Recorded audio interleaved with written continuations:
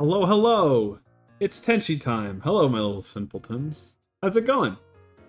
I'm feeling good. Oh no! Well, hello again, Bong. What do you go by the way? Just Bong? Apple? The whole thing? Bing Bong, even? I'm doing good today, though. How was your stream, huh? What were you doing Warframe, I think I saw? That's pretty cool. Yeah. I didn't really prepare any chatting topics today at all, but I feel like what we could talk about, I guess, is maybe the Steam August sale. Wait, it's not August though. I don't know what they're calling it, but it's like a sale they're doing right now. You can go take a look at it because there's a ton of games I want to play. I might already actually have like 1 billion of them in my. Oh, it's the autumn sale. That's why my brain went that way. Yeah, a ton of stuff is dirt cheap. A lot of shooters are especially. So I kind of want to see what's up. There was like, Doom, I think. Yeah, $4. $4 for Doom. I'm real old, so we're gonna do like this.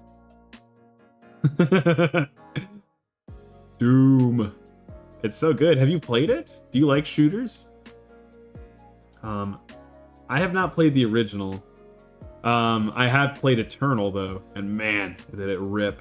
I only played it on the PS4 too, and so I really want that like, I want that mouse and keyboard experience because it's so much more precise, you know? You got both. Nice. There's that new one too, right? Dark Ages? I've heard some people kind of complain about the story, but is that why any of us are here?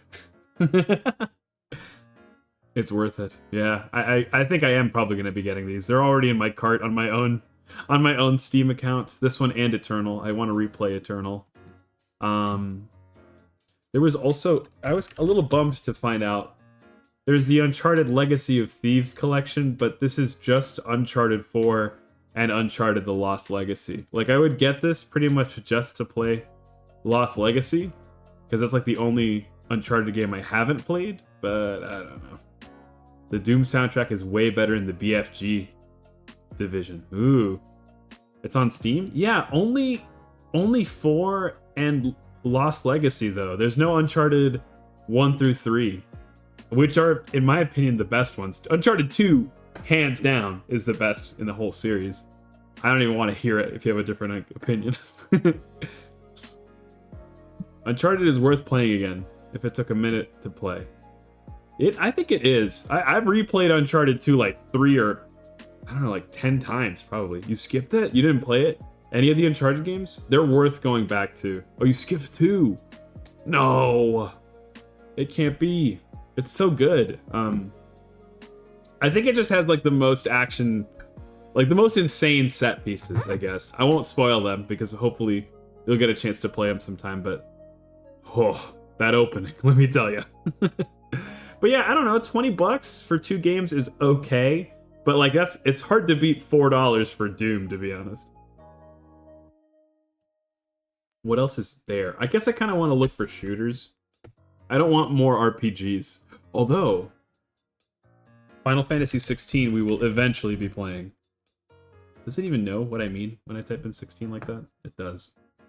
$30. I don't know, man. Well, wouldn't I just rather buy Doom Eternal like 7 times? I could even just play it 7 times in a row. This game does look pretty tight, though. I've heard mixed reviews, I guess, but, well. You know the other game I want to play? I also don't think it's on Steam. I don't want any of this God of War crap, man. I want the original trilogy, dude. And it's not in here. So we're gonna have to emulate it, I'm sure. Oh, yeah, this one's on sale. $47. You're just not gonna compete. Not when there's $7 for, like, a whole AAA experience from a decade ago. This is the best part about playing games on a PC, by the way. Oh, anime is a category? What the hell? Persona. That feels like a rip. The Persona 5 Royal is an old game. Not to say that it's not worth $21. I'm pretty sure I bought it for $60, but still. It's a little old for... Oh, wait, what about, what's that one everybody was going crazy for? Player Obscure. $45. Barely a sale, even, really. Although, I don't know, I've heard it is fantastic, after all. I've played through, like, maybe the first hour of it.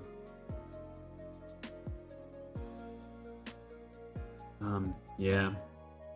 Yeah, I don't know how this happened. I normally like, I like to write stuff down all the time, right?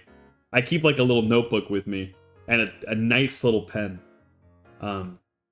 So I write stuff down as I go throughout the day, and I'm like, oh, I should talk about this today. And I don't know how I completely blanked on it. I guess I was just really focused on having, like, an efficient day. I had a really nice dinner, and just, it was too productive. Didn't have enough free time to think about things today. I'm trying to think of what I was watching, like, in between work. And I wasn't even really watching much stuff. I watched a guy react to a Taylor Swift album. That's what I watched at lunch because a friend of mine recommended it to me. And I gotta say, I have to always resist the urge to start doing reaction content because a lot of people do it, you know? And I mean, there's reaction content of all kinds. There's just like watching animated stuff. There's like movies, TV shows, I don't know, YouTube videos, and then of course album reaction content. And I don't know, I don't really watch it much because I guess there's something about reaction content that feels really easy to do. And so I just don't love feeling the machine, man. Do you know what I mean? Like there's this huge big machine behind making content. And if I feel like this person's just kind of churning shit, just kind of cranking it, you know, cranking the machine to output stuff, it makes it hard for me to watch things. It makes me like just too aware of the fact that my eyeballs are being glued to a thing. And it feels like reaction content is up there in terms of relatively easy stuff to do. Just sitting back, watching something. You make a shocked face, and every little while, you pause whatever you're watching and say something half clever. So, maybe I'm too much of a snob. But I will say that, like, there's something to it because it is nice to share stuff with people.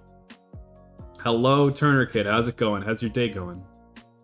We're just chatting about the Steam Summer Sale and also, I guess, like, reaction content in general. You know what do people get what I'm talking about when I say reaction content? I mean, like, people just literally, like, if I were to, we could do that right now, right? Like, I could just go to YouTube and I could click on something and we're gonna learn about how to fix a cat. And I'm gonna sit here and go, wow, this was such a funny video. I can't believe they did X. Anyway. And it's sort of like, my friends do this for each other all the time, actually. We hang out on Discord, and we call it Internet Liaison. We're like, someone's going to be the Internet Liaison, and they're just going to go on Facebook or Tumblr or Twitter or whatever, and they're going to scroll, and they're going to click on stuff as normal, and we're going to talk about it. That's basically all it is. And I think there's something communal about that. Like, it's kind of cool to learn what other people like, and what they'll click on, and what they're susceptible to. But I don't know. It also feels so. I said the word already. It feels kind of cheap. Great, you managed to download Alan Wake 2 on your SSD. Nice. Good job. You're gonna go back to playing Alan Wake after you get done with Water Park Simulator. So how do you manage yourself? I guess it sounds like you keep one game on the docket for the most part, and you just keep going till you're done with it. Because for me, I like the variety. I like having a lot of games to play, so I try to keep it so that it's like locked to the day. Like Mondays have been Disco Elysium for like 2 months now, and Wednesdays have been Final Fantasy. Although I will say there's a downside to it. Like I'm getting pretty tired of Disco Elysium. I like the game a lot, but it feels like we're not rounding a corner yet. It feels like it's been like, I don't know, a solid month since we've made a crazy discovery, like finding out that the murder was a plant, you know? And I love dicking around in the game, don't get me wrong, but it feels like maybe I need to focus more on the murder, but I don't know what to do either. That's my situation for AAA games, because they run well on the SSDs. Gotcha. You're getting a better SSD soon. Nice. I hope that goes well.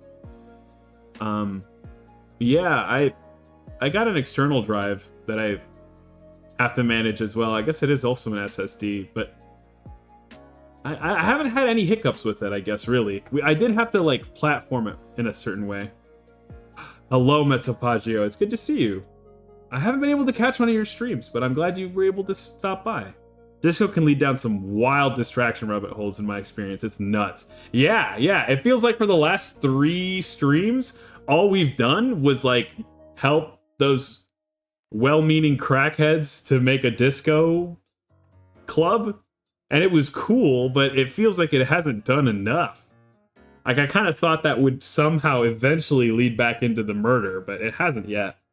So, I mean, I'm sure it'll come with time, to be fair, too. But it's just like, I think about when the last time was that I thought about it. About our murder mystery that we're supposed to be solving, and it's like, I don't know, like August, maybe?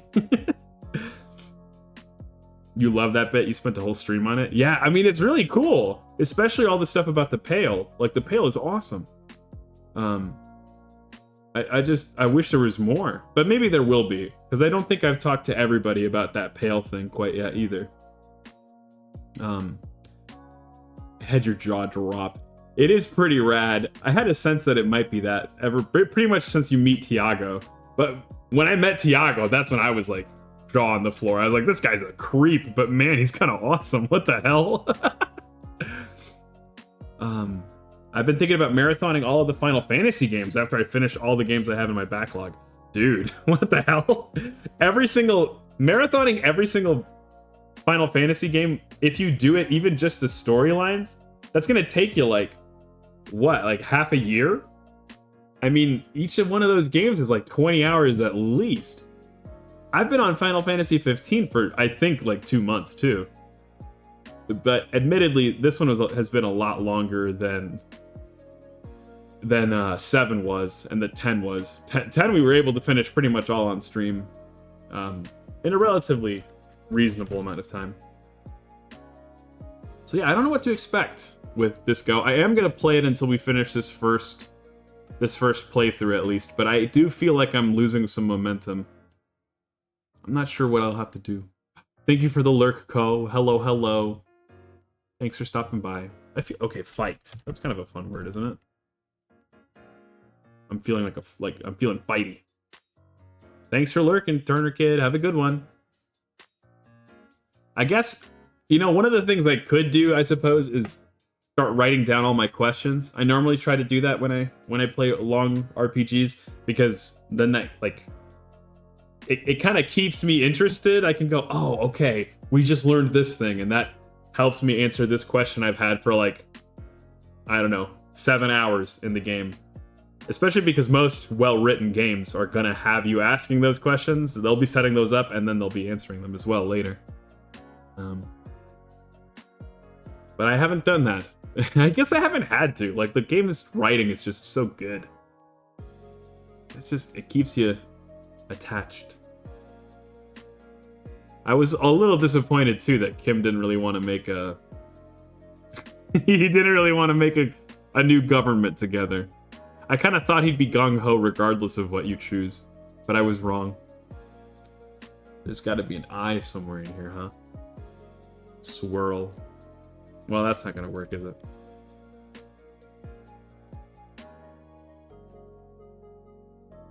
Maybe we just have... Well, we can't even...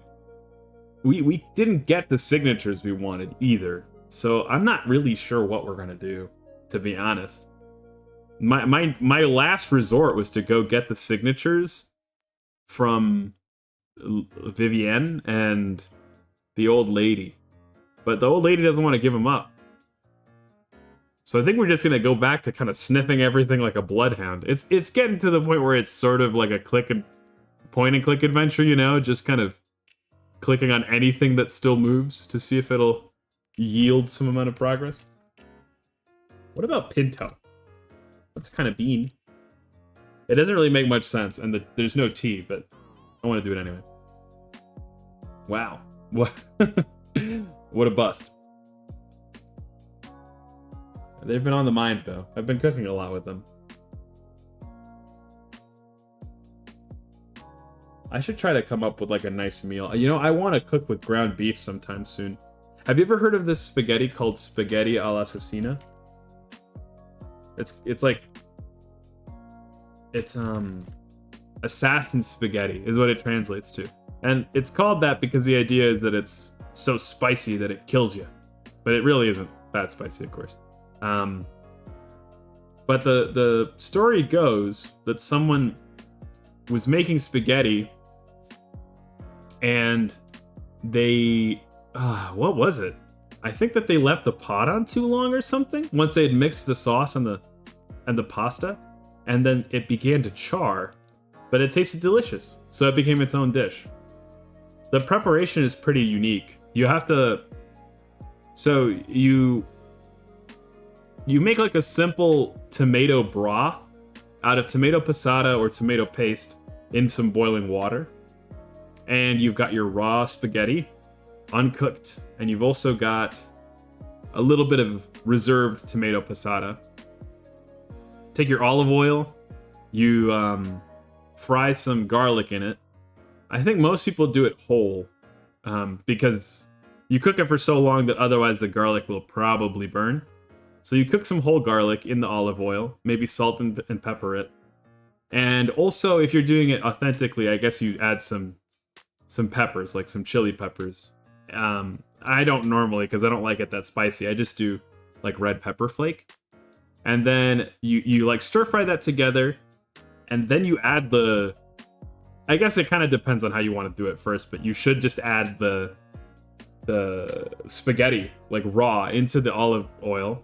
It fries a little bit, and then you add a scoopful of your tomato broth and some of the passata until the broth basically completely dries up.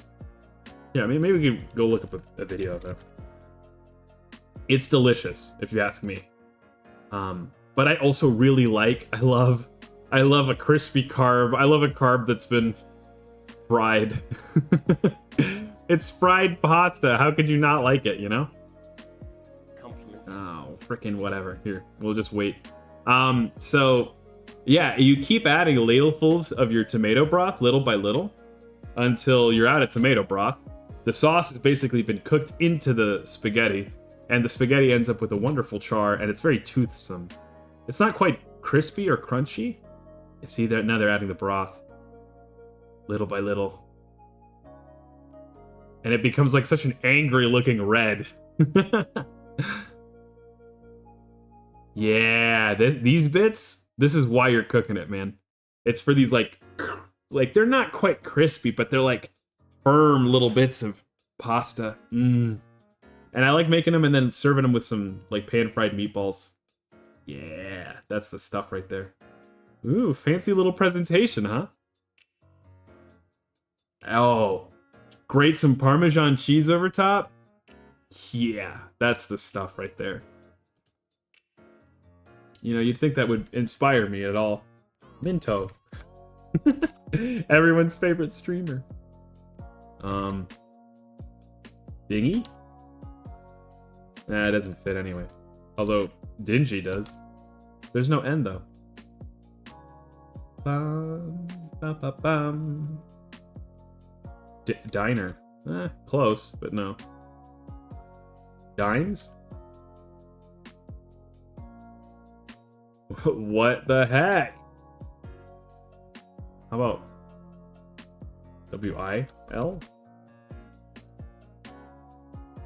Whale. Ale? Mint? Ailing? Whale? I don't know. I don't remember how I heard about spaghetti all'assassina, but I remember that it reminded me of how my mom makes spaghetti, where she'll like basically just make a plate of spaghetti and then fry it in a pan afterwards. She does it in like a bolognese sauce, and she doesn't like anything spicy or garlicky, actually. So, you gotta imagine. Once I started cooking for myself and putting garlic and everything, it was like, what was she thinking? But she just doesn't like garlic. That's all. Which is hard to imagine, to be honest. It's in everything. It's so good. It makes you smell bad, I guess. That's the bummer. But anything for garlic. What if it's like R.I.? R.I. Ricky. My friend Ricky. That can't be it. Rickle.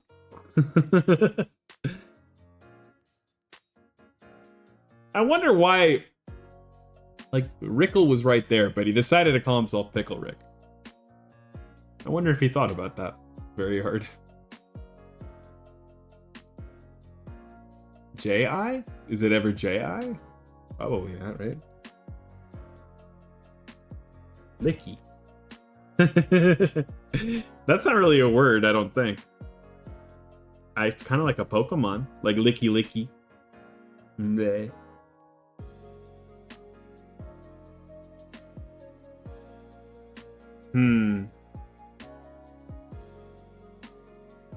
I don't think any of this is right, but, well, maybe it'll give us some letters. Oh, yeah, why would that be a word? Licorice is what I'm reminded of. Do you guys like licorice? I like Twizzlers and Red Vines. I had this teacher once. He was so cool. He taught me Latin. OST, mustisant, etc. Quad est in arca. Oh, there was one about a little boy being stuck in a ditch. I don't remember that one.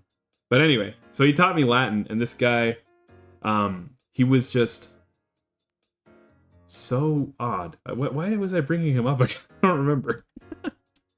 But he was a really funny teacher. He inspired me a lot.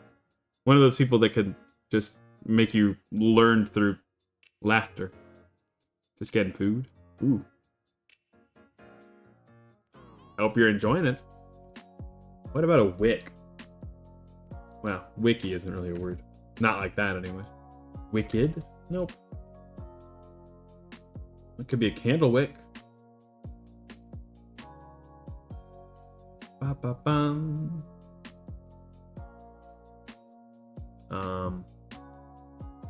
Yeah, I don't really know. City? No. Cerulean.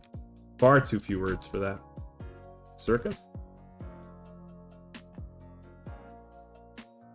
Circle. Also too many. AI? Air? Arid? It's not how you spell arid, though. It's like this. I'm lost. Maybe I just gotta sit and read the dictionary someday. You ever hear about people that do that? You gotta imagine their vocabulary is pretty solid. Do you remember when... Do they still do this? Like, physical editions of encyclopedias?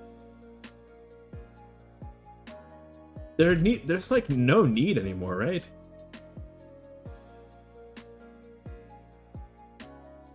At least one physical encyclopedia is still printed. The World Book Encyclopedia.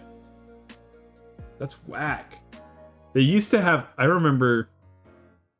I was at this school that had an encyclopedia, but it took up, like, 3 entire bookshelves. And, I mean, you could look anything up, but nobody really used it. Admittedly, Wikipedia was a thing at the time, but I don't even think it was that. I think it was just that little kids don't really care to put in the effort. It's so much more effort than just Googling something and then using that in conjunction with Wikipedia, I guess. Kick? Kicka.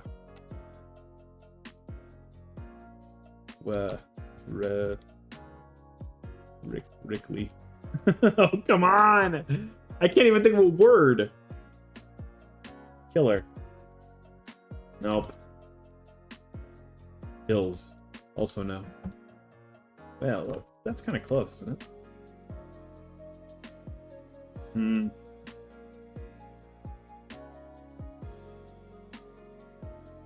I feel like I normally do so much better on these. A lot of times we get them on the third. This won't even fill me with any glory. I'll just be like, yeah, I guess we got it. After a Gillian. The Gills? There's no L. Or there's no S, I mean. Guilty. I do like the word guilt, though, in general. It's a lot of letters we haven't used. Okay, let's just try it. There is an L somewhere. That doesn't really help. Light? There's no GH. Or a T. Oh. Liver. Levar? Oh. Rival. No! We have one more chance. Wait, what the heck is in between the V and the L? Wait, what? Could it be a Y? What the hell's in there?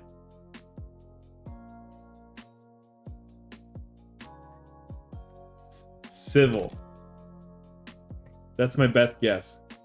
Ah, okay. He was right. Sheesh. Dang it, man.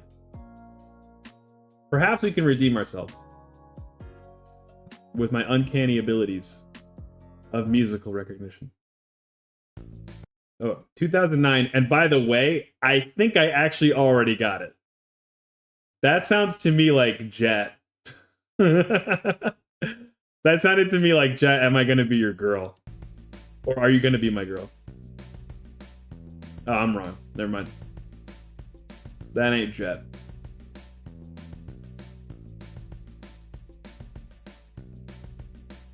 Huh. Bum. Bum, bum, bum, bum. Is this, Train? Is this Hey Soul Sister? I'm the GOAT! Let's go! Heck yeah. That's right. That's actually nuts. Okay. Back when I was a little angel, a little Tenchi, I had an iPod Shuffle. Can you imagine that? A time when you would have a piece of technology that's attached to you at all your times that is not also a cell phone? Anyway, on this iPod Shuffle, I did not have very many songs. I had maybe 10. And they included, I think, 3 Big Time Rush songs. I'm pretty sure it included, like, Fireflies by Owl City. And it had Hey Soul Sister as well. This is a song I've probably spent an inordinate amount of time in my life listening to be honest. An undeserved amount of time. The song kind of blows. But hey, in this moment, I have shined. Par was 5, by the way. Oh, that's going to feed the ego a while.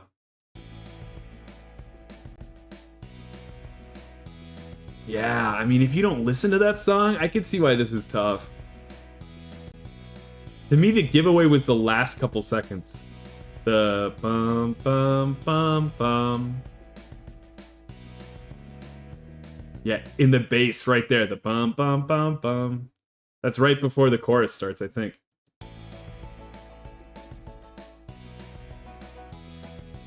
Or like it's like the turnaround on the chorus. Bum, bum.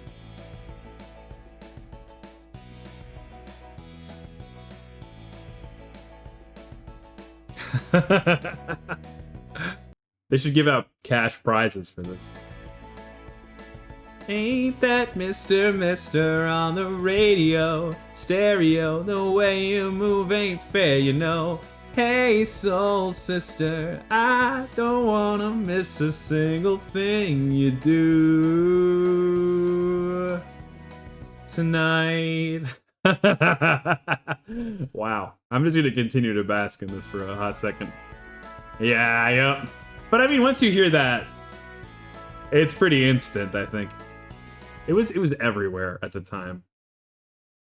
And we're gonna call that an all-timer, I think. I don't normally get it on one. I normally get it by the second round, but that was still a humdinger. Okay, it's time for us to move over to Revachol. Welcome to Revachol. Bump. Not the name. Category. Disco Elysium. Yeah, I might get closer to you guys. Doesn't that sound nice? Like that. I was watching some of my old VODs, some of my old streams, and I kind of liked how up close and personal I got. See more of my big blue eyeballs. Don't you just want to pluck them right out of my cute little head? Turn them into marbles? Okay, I don't remember what we were doing, as I mentioned. Make Van Eyck's jam harder. Yeah, we were kind of looking for another tune of some kind, though we haven't found another tape. It's 2:30, which is bad news. I don't have that much cash. We're gonna have to sell something if I want to stay anywhere. Who haven't we spoken to? What could we roll? The map is good for that, I'll say that. Hanged Man Perception. But he's like gone, isn't he? Could I go do a perception check on the empty space where his corpse used to be, perhaps? Let's see.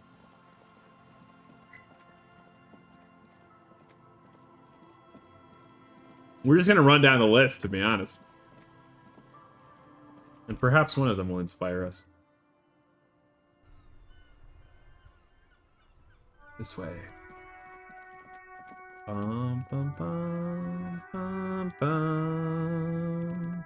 There is that smoker. I still don't know how to get up there.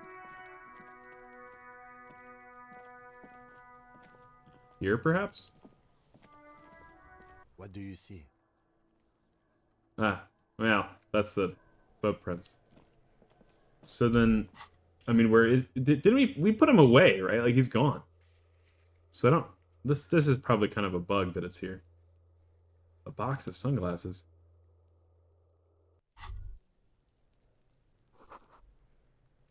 It wouldn't hold the weight of a grown man. Well, then don't try it, ding-a-ling. A bot. Be gone. A bot with, like, an AI art banner, too, by the way. What the hell? Why even put that much effort?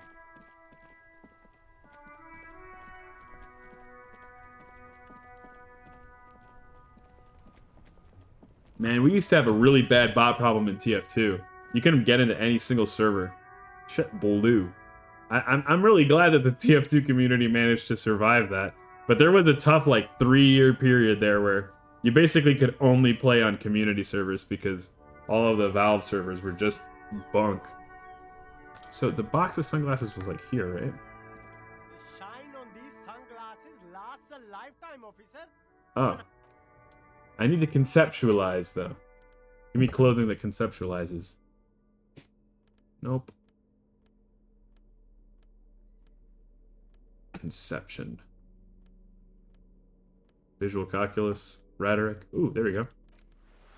A nice t-shirt. Well, let's see if that moves the needle at all. Do we have any points? We don't have any, we don't even have any good boy points. Everything's still cool here, officer. Nah. The shine shades. on these sunglasses lasts a lifetime, officer. 100% guaranteed. Let's see what we can do. No luck. Bummer. All you find is this lime-colored cellophane visor, produced by a bargain sportswear brand called Amphibian. apparently. There's a malformed green frog on its bent cap. I know somebody would like this. Oh, that visor is perfect for you, officer. It'll definitely keep the sun out of your eyes while you're shooting criminals. Bang, bang! And all for a mere 6 real. Hey, at least it might actually offer some protection against the sun. Not like those cheap plastic shades. And it will tell the world how much I love frogs. Nada. Like it? Sure, Square Joe. Oh, No problem. oh my Let's god. get Wait, this is what it looks like? We'll dress like an Animal Crossing character. We can't even afford rent right now. I'm not buying these stupid shades. Okay, what else you got? Map of interminable things that we can keep trying. Warded door.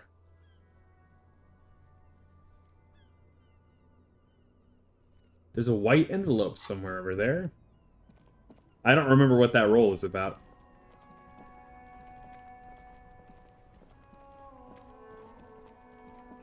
It's not in my apartment, right? Let me check the map. It implies that it would be somewhere over by the Whirling-ish? Was it this guy? Looking for some... You could push him by asking him to show you the soles of his boots. He definitely looks like someone capable of a lynching. Huh, okay. I mean, why not? Been admiring the stompers, huh? Sure thing. Check them out. On the bottom of the man's boots, you see an intricate tangle of threads with no immediately discernible pattern.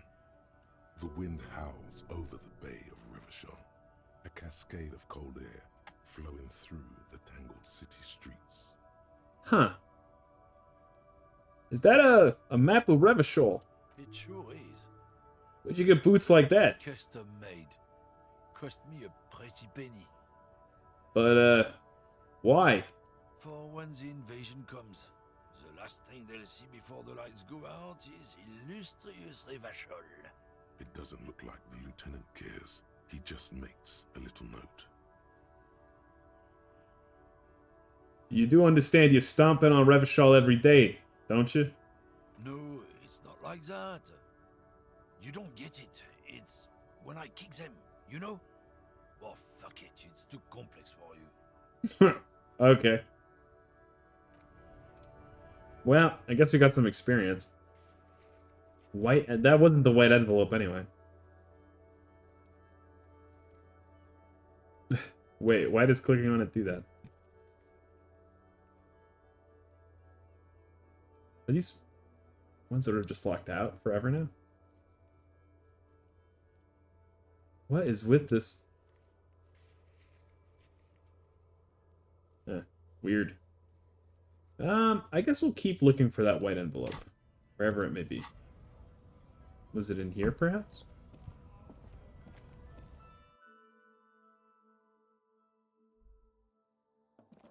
Oh, we might have some tear to cash in. The tear machine stands in your bottles clunk. 70 cents. And the money Woo! appeared.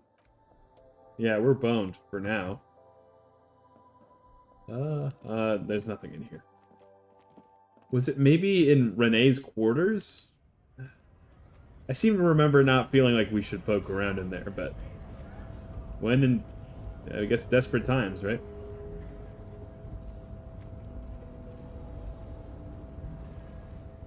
There's nothing more desperate than a cop without something to investigate.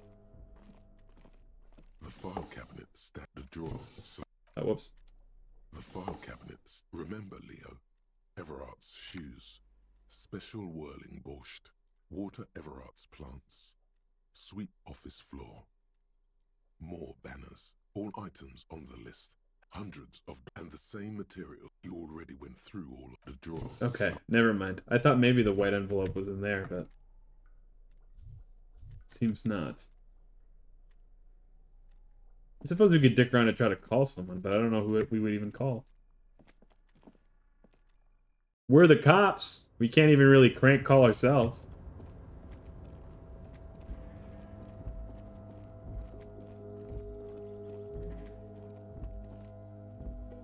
Perhaps in here. Oh, look at all that tear. This is the night. If you must. Nothing incriminating catches your eye.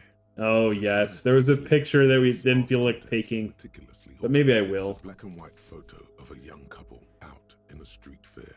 The man, Rene, is dressed in a Royal Carabinier uniform.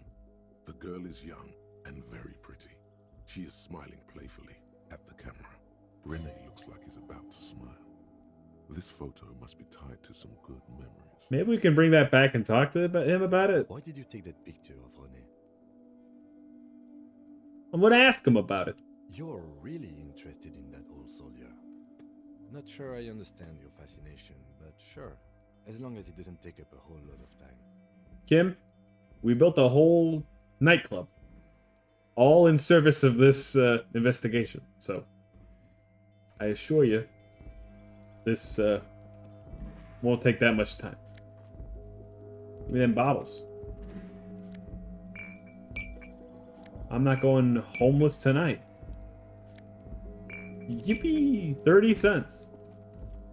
Let's go talk to Renee about that, huh? Maybe it's a lead. It's Renee. He's the killer. Wait, that'd be fucked up. No, I don't want that to be the case. I don't want to live in that world. He's such a sweet old man. Well, he's not really a sweet old man. He's a crotchety old man. But I kind of like him. Oh.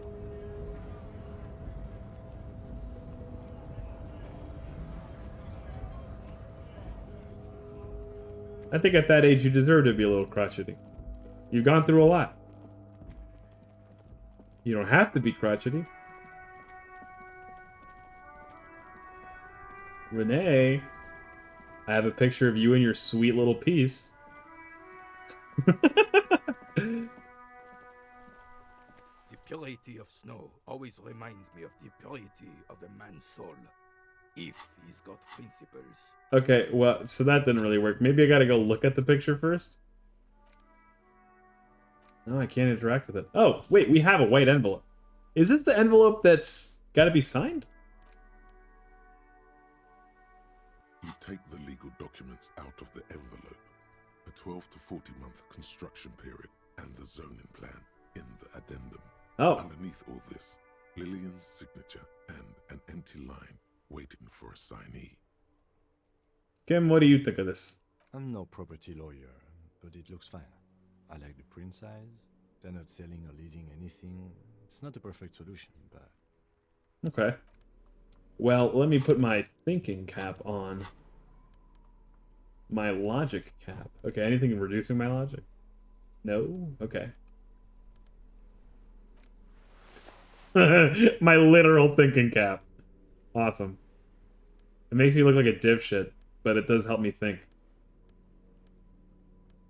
You know, I've heard studies. Well, actually, you know, I shouldn't even say I've heard studies. One time when I was in school, a principal told us that if you visualize yourself like putting on some sort of silly hat, like you imagine yourself doing that, it does actually help you. Now, I'm not sure if that guy was actually quoting anything, and I think I was like a very young angel at the time. But I do think about that from time to time. Oh, brother. I'm dressed to the nines. And this will help me read this envelope. You take the legal documents out of the Look at that. Set and setting. That's what it's called. And the zoning plan in the addendum. You just gotta envision yourself dressed like an asshole and finding a loophole. For a signee. There is Nice. The simple truth is the current residents are going to lose their street access, and for the next 12 to 14 months, their lives will be dominated by constant construction noise. Jeez. Right I mean, next door. 12 months is tough. It's a full year, but 40? 3.25 of a year? Wait, what are the ramifications of this? Once the construction starts, it will probably take a few months, a year maybe, for even the most stubborn occupants to get tired of living like this. After that, they'll sell their property for cheap and move out. Wow. I get the sense maybe we're just trying to strong arm people out of a home. The noise will be tough on the neighbors, villages, but I guess that's just the cost of progress. No. Look, Kim. These people are gonna have to move away because of the noise. Of course, I should have seen it. Evrard probably has eyes on us, but if the second signature were to be somehow wrong... He won't say it outright, but he suggested. Interesting. So forge a signature in such a way that it's somewhat obvious, so that nobody will accept it. But not so obvious that, I guess, we would somehow be traced to it. I guess there's really no risk of that, though. Forgery, yes. It would render the document invalid. Oh yeah, let's do this. It's not the sort of act I would normally encourage, but under the circumstances, if done discreetly, it may be the only way to save what's left of the village. Bro, let's fucking go. And just like that, I'm invested in this game again. Or you could try to trick Everard. Get someone random to sign the document. By the time the Union boss finds out, your business here will already be concluded. Ha. Who would we get to sign this, exactly? I have exactly one person in mind who we just did a favor for that might be willing to sign. But also he's got a couple of brain cells to rub together, so he might not be interested. Oh, hey, it's that Sunday friend. Guards. Hey, was there some got the 20 real? Not yet. Why are you wasting my time? Another thing. Great. Yes. Okay, well, I guess he doesn't want to sign. Never mind. Do we know of anyone who's, like, especially willing to sign stuff? There's that drunk guy. Maybe we could offer alcohol in exchange for him to sign this?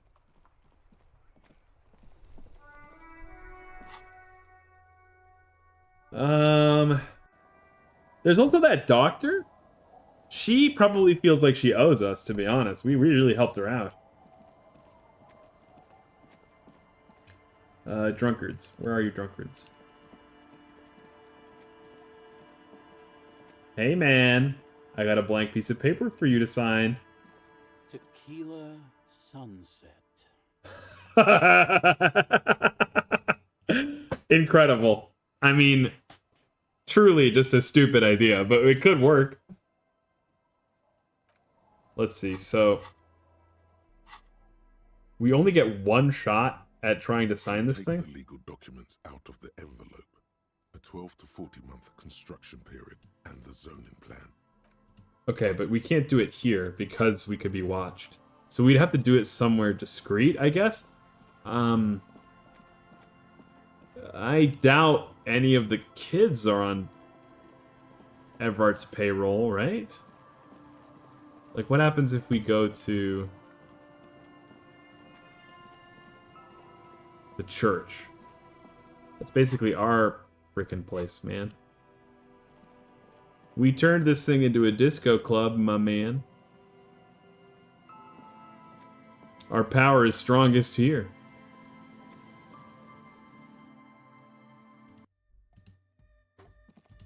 Let's see if the game agrees. You take the legal documents out of the Now, envelope. Everard's people could still be 12 to watching you 40 here. month construction period and the zoning plan in the addendum. Where is somewhere that Everard's people could not be watching me? I'm a little surprised that the church doesn't count as a decent spot to get away.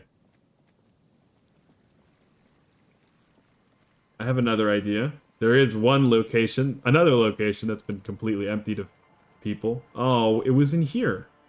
I was hoping for the tent to still be up, but it's gone. Damn. What if we just fuck off to the, like, absolute corner of the map?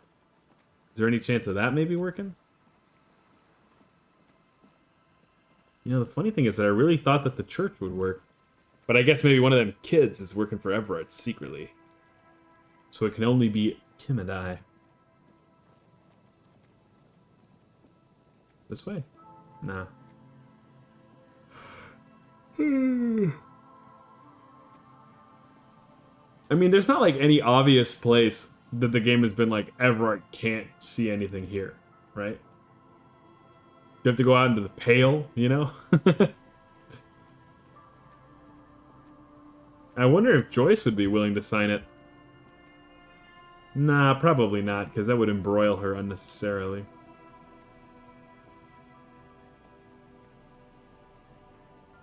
Ah.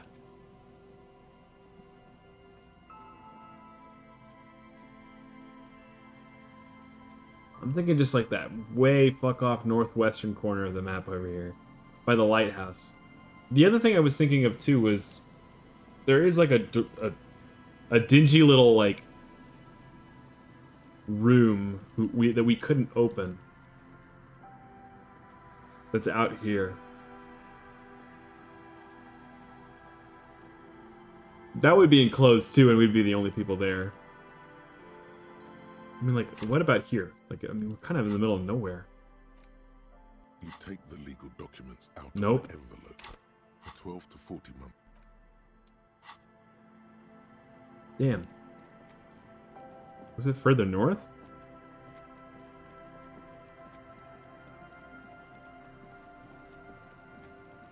Nope. Blech. Keep running. Keep running. Sing it for the boys, sing it for the girls, sing it for the world. I don't remember the lyrics to that. Sing it for the world, sing it from your heart. From the ones that'll break your heart. Keep running. I want to do a cover of Na Na Na. Especially because of the intro. Oh my god, I want to do the intro. Look alive, sunshine. 109 in the sky, but the pigs won't quit. You're here with me, Dr. Death Defying. I'll be your surgeon, your proctor, your helicopter. Bumping out the slaughtermatic sounds to keep you alive. System failure for the masses. Antimatter for the master plan. Louder than God's revolver and twice as shiny. This one's for all you rock and rollers. All you crash queens and motor babies. Let's it. The future is bulletproof. The aftermath is secondary. It's time to do it now and do it loud. Killjoys, make some noise.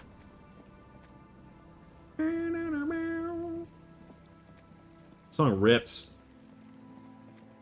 Have you ever listened to it? The solo might sound familiar to you because it is in fact referencing like the original Power Rangers theme. I'm pretty sure.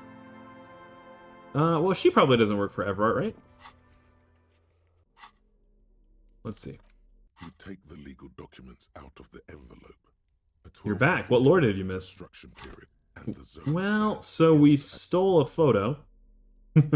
We stole what appears to be a very prized photo of Renee and his girlfriend, of his boo. And we also messed around with this white envelope. We're thinking of forging a signature. But everywhere we look, we're concerned about... An intricate web no, of not blue that. lines stretches across Whoops. the torso of the hanged man. No, From the right stop. shoulder, it's still cut. Everywhere we look, You take the legal the white documents envelope out is of the complaining about Everett's 12 to people 40 being month construction able to period watch and us. the zoning plan in the addendum. So I'm trying to find somewhere that we're not going to be seen, I guess, but apparently this little girl might rat us out. Hello, mister. Tell us what you know. Bye. I don't think you know much, do you? The Green Ranger. He was the coolest in the original. I was always partial to Blue Rangers because I really liked blue. I remember, if you've ever watched SPD Emergency, and like the whole thing at the beginning in the first 2 episodes is that the Blue Ranger is going to be the leader. Except they catch a criminal who becomes a Red Ranger instead. And I remember feeling so robbed. I was like, finally, the Blue Ranger gets the recognition he deserves. Nope. Not at all. Humanity peaked with the Power Rangers, and it's been downhill ever since. So true. We could have just stopped with Dino Thunder and called it good. I remember one of my first favorites was Time Force. Time Force. Time Force. I just like the idea of using Power Rangers through time. I don't know. Every Power Rangers show had some cool-ass ranger, and they expertly made sure that they did fuck all. Yeah, that's true. I remember the Ninja Force ones that were like maroon and navy, and it was like the coolest color palette they'd ever done. So weird, so different. And then I'm pretty sure as soon as they became good guys, they were just like no longer useful. There was like the Black Stegosaurus one, and the black and red. He was like a Dino Ranger almost, right? He was so cool. The only guy to wear a military... Wait, he didn't even wear a military beret. He just had like a... I could have sworn he had a military beret, didn't he? The Quantum Ranger. That's the shit right there.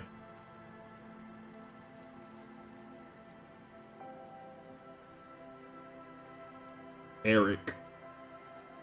I think I had a toy of him, and I'm pretty sure he had a... Yeah, he had a beret. The only person to ever wear a beret and make it look cool. Ninja Force brings a tear to my eye. It's been so long, my neurons are trying to fire. They're old ones. Ninja Force was pretty rad. You remember, like, they had this, like... Yeah, that's what I meant. Ninja Storm, I guess.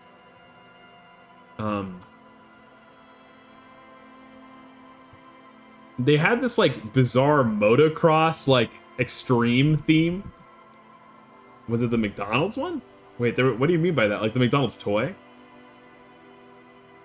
You had toys of Rangers, but you don't remember having toys of them. Yeah, I don't recall, honestly. But I guess I just remember seeing him in a beret. I had lots of Power Rangers toys. I actually... if you can imagine a very small little Tenchi angel on a Halloween, I was dressed as this little guy. I thought he was very cool. Because he liked doing bike stuff, which was neat. He liked, I think, or was it her? And then this guy did skateboarding.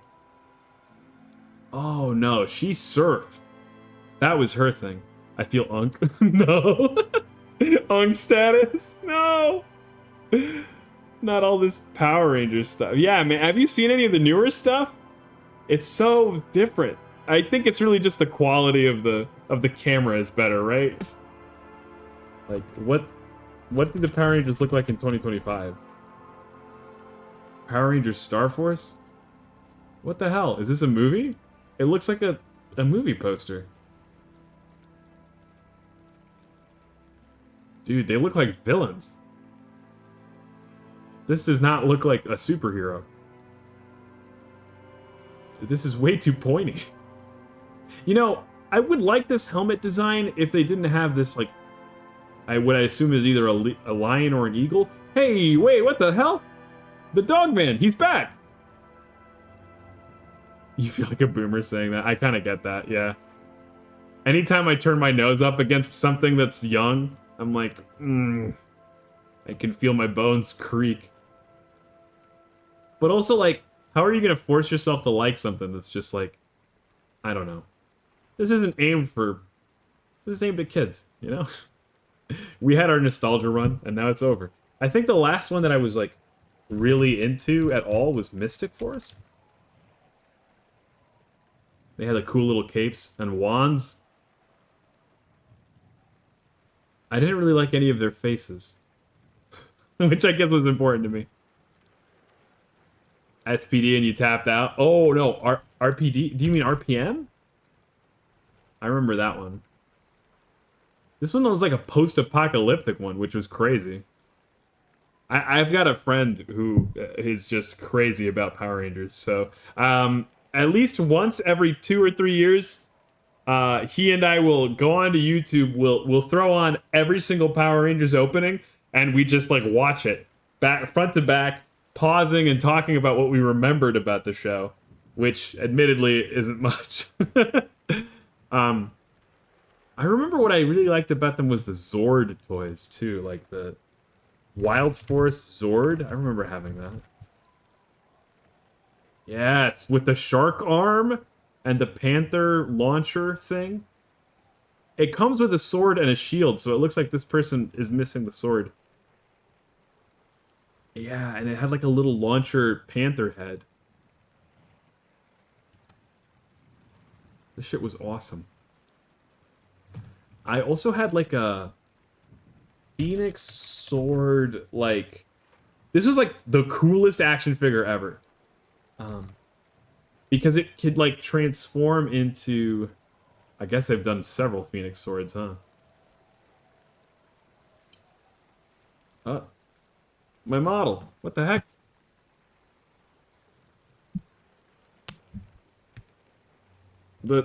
Oh. Ah. Maybe it was the Power Rangers. This isn't it. There was like a Ninja Storm toy that like it was of the guy, but he could turn into a sword. This sounds like a fever dream I had, but I swear it's real. I think I had this one too. Though I don't think I liked it very much. Their bikes were always so dope, man. Why don't we have bikes that look like that? I mean, I probably would never drive one anyway, but... none of these are it. It was like a... Here, maybe we could go to the wiki?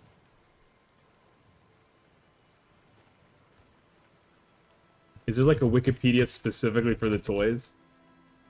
I think why Power Rangers was gas is that they used a lot of Japanese source material, even if the reinterpretation was super American. Yeah, yeah. The Super Sentai, like, it's just so different than everything else we were, like, given, you know? Some Power Rangers was on some crazy shit. Pretty much all of them were, right? And, like, they were doing flips, head over tail, like, shit was awesome. Zord Builder. I just remember there was an action figure that could morph into a ship and a sword. That's all I remember. You go Ninja Storm. The Red Wind Ranger. You're shitting me. This is how they choose to display all of this information. Not a single picture. Somebody's gotta... I'm not gonna do it, but somebody has to work on this Wikipedia, I swear. There's no fighting anymore? What the heck's the point? I want to watch these colorful M&M characters fight each other. And then there was a ton of explosions too, right? Pyrotechnics? It's crazy. But I also heard that part of it is that, like, nowadays we don't really utilize the Super Sentai stuff that gets handed over from Japan anymore, right? Like, it gets separately recorded in the States. So it's not going to be the same kind of vibe anyway. Michael Bay could never. He wishes. Michael Bay wishes. He did do a Power Rangers movie there, right? Was that him? No. Dean, he's Israelite. I remember I would have been hyped for this if the designs didn't suck ass. Why did they go with this bizarrely grounded, alien, gritty look? Like, I'm just never gonna watch something like that. I want them to look like colorful bugs. I'm not gonna give up until we find what this like toy I'm thinking of is.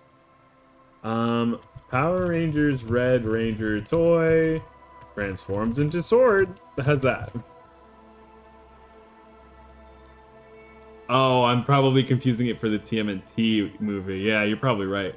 And that was low-key gas. It was good, really? I haven't watched it. I remember the designs similarly. Kind of, I saw the designs and I was like, this is not looking good to me. But maybe I should give it another go if you're saying it's good. I've never been super about Teenage Mutant Ninja Turtles myself, though. But they're getting a Magic the Gathering set, I hear. Disguise Red Ranger? No, that's not it. It's not... He, like, transforms into a sword. How else can I explain it? I'm gonna look insane if I can't prove it. No. Okay. No. Power Rangers, Ninja Storm, toys. Red Ranger. Oh, it's funny because it takes itself super seriously. Okay, I see.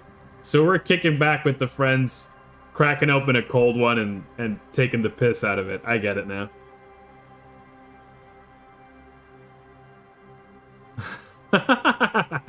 You can find it with the Find This Thing subreddit. You know, that'd probably work, but I'm so stubborn that I don't want to do that. Ooh, wait. I had this toy for sure, but it wasn't the one I'm thinking of. This thing, like this centerpiece could like launch out. Another shark arm. This is the same idea. I can't let it go. I'm locked in now. Look, okay, this is what I expect from a Wikipedia, by the way. Finally. Ah, these all have decent market value now, I guess. Nope. I think I had this guy. Yeah. We're getting warmer. Nope. This is the one, I think. The Triple Zord Morphin Red Wind Ranger. I wonder if we could find a commercial of it. Red Wind Ranger. Those are super affordable. Yeah, I guess so, huh? $7, $12 loose. It's not bad. When is the Power Ranger toy unboxing? Oh no. You're gonna have to wait like another year, I think, because I can go through these cycles once a year. And I already had this once this year. And for me this year, it was the Beyblades.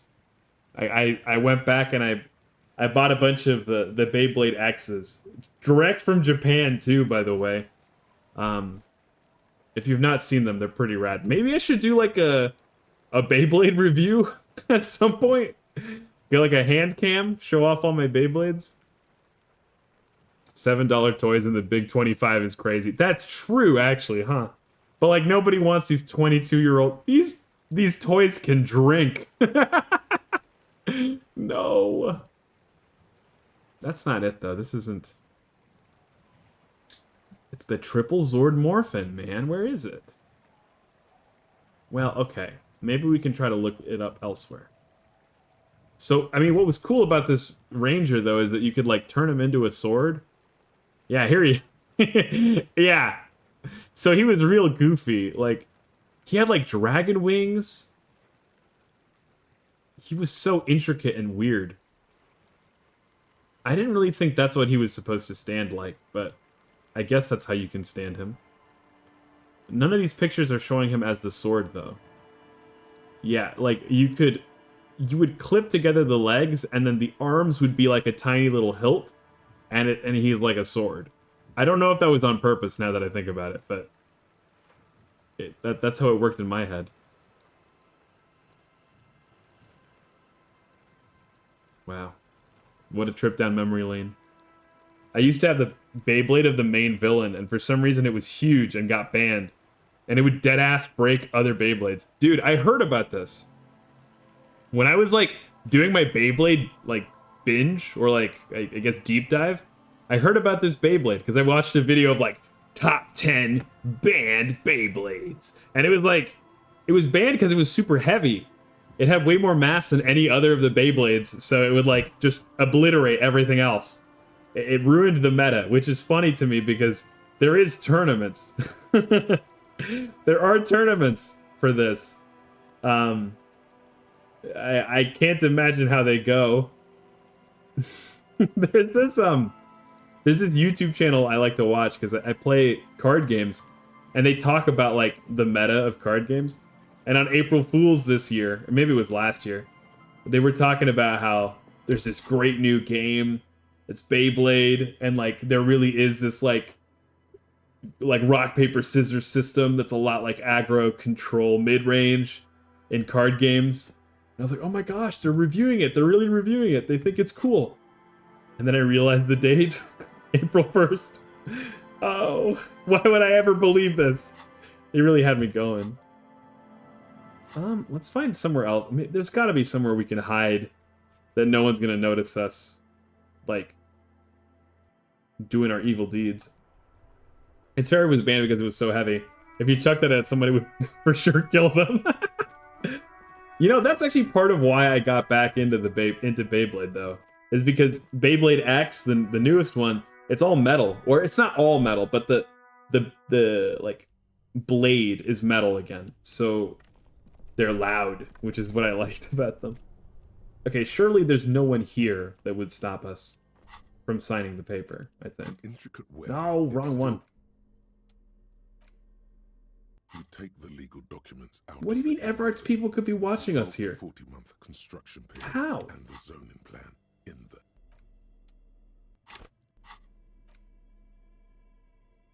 I should have equipped the flashlight. There's like a little crevice in here that we hid out in. I don't remember how. In here, maybe? I mean, I kind of doubt it. Documents out of the envelope. A 12 to 40-month construction period and the zoning. The only other thing I can imagine is maybe going back to our hotel room, but even then, I don't. I'm researching Beyblades in 25 right now. Dude, they're rad, man. Look, okay, I'm gonna go explain it real quick because it's awesome. So in Beyblade X, you can kind of see it on this Beyblade. All of the tips, they have these like gear teeth, like molded into the design on all of them, and you can see it on this one too. Like these ridges, right? Like a gear. And on the official stadiums, you have this like green plastic ring. You can't really make it out in this picture, but those rings, they have their own set of like teeth in them. So it actually forms basically a rack and pinion. A rack and pinion is basically a linear actuator. So your Beyblade spins around the rack of the outside of the stadium, and since they all spin counterclockwise, basically they end up rotating around the outside and then sailing themselves into the center. Maybe I can show up like a video of it. I swear I was possessed for like a month. And then after the month was up, I was like, wait a second, why am I buying a bunch of top toys? None of my friends play Beyblade. What's my problem? Maybe just Beyblade X will do it. No, not the opening. Oh, I remember, dude. You want to talk about games we should play on stream? There's a Game Boy Advance like role RPG. What was it called? It was called G Revolution. And you could you would find parts for your Beyblade. Yeah, for Beyblade.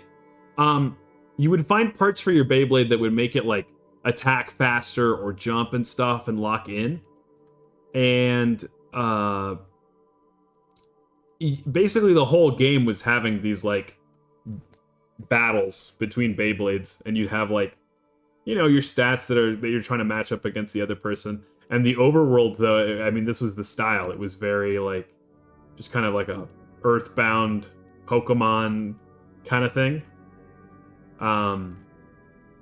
We should play that on stream sometime. I'm pretty sure I got it on an emulator and I streamed it to some friends on Discord for a while.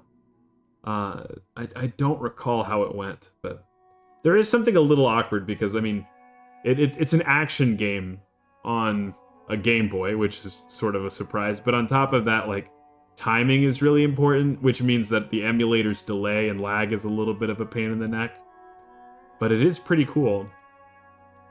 There was another Game Boy game that was, it wasn't G Revolution, it was V-Force. So, let's see if I can go find it. This was a whole other thing, though. It was like a...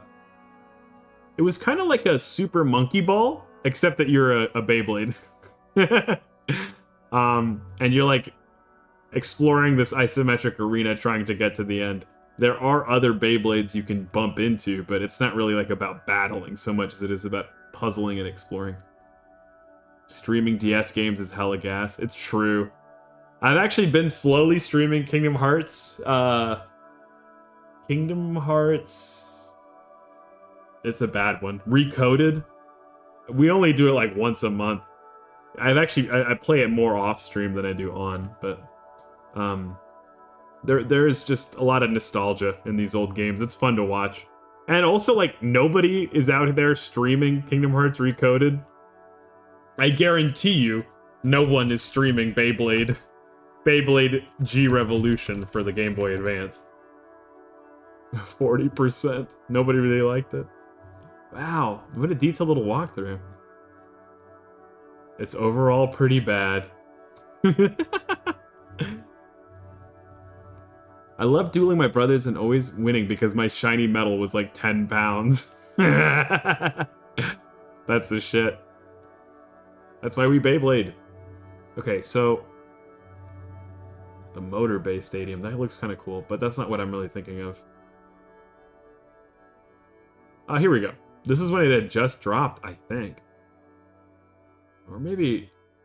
No, it was... Last year was the new gen, so this must have been like a recap from 2024. These guys are the ones I was watching when I was watching this stuff.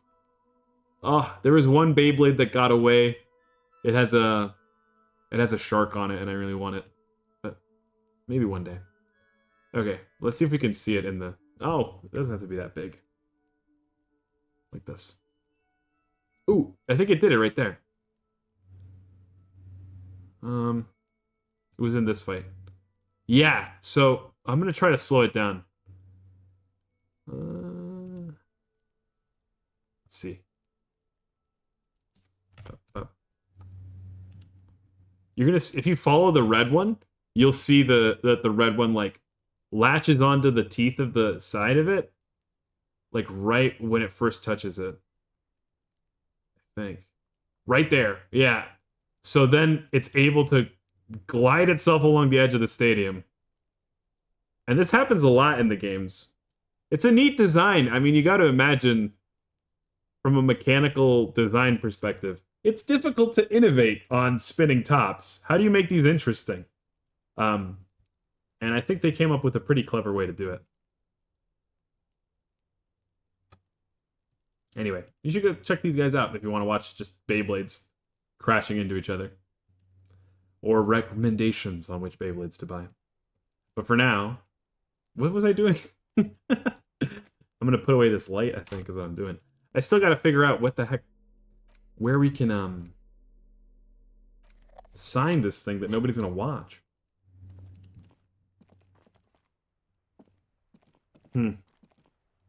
Where can you go to get some privacy? In Revachol. I guess we could try other things.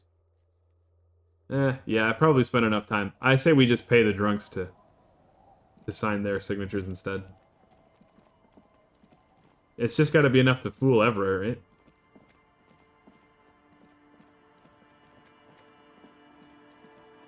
There's also... I could wear some stuff that'll improve our abilities.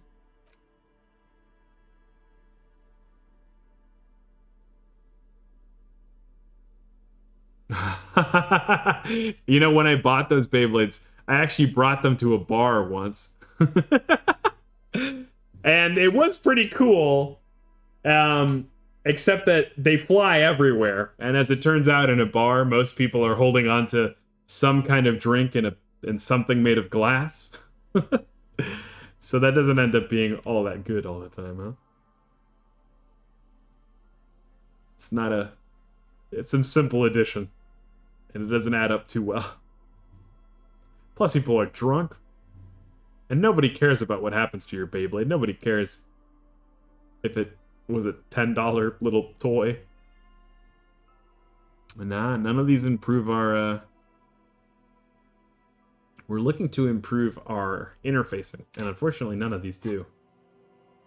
Or was it composure? Let me double check. You take the legal documents out. Yeah, no, it's interfacing. A 12 to 40 months. It's the minus 10 that's going to make this, like, impossible.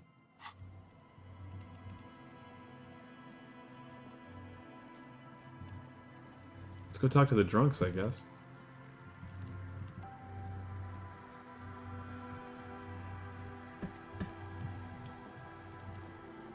I almost want to, like, bug Wormy or one of my other friends that's played and see, like, hey, how can I get away and succeed this role? But they might not know either. The game is so big. Where am I?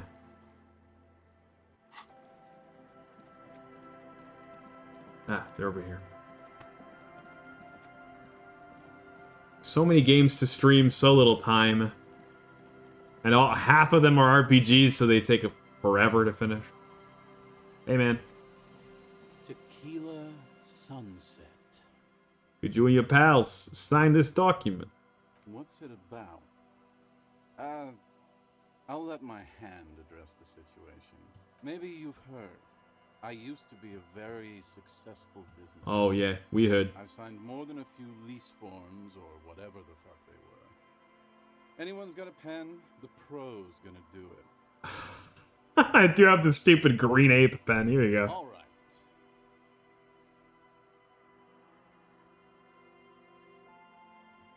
He signed Idiot Doom Spiral. Can I have the pen back, too? Don't know if I've mentioned it, but I used to be a businessman. And as a businessman, I am going to keep the pen. For my trouble. Well, that's too bad. You've done a great service to the community, to the RCM, and to Revachol. Hey guys, I'm a hero. Hell yes! Don't call Abigail. Thank you for your help. Should we go and mail this?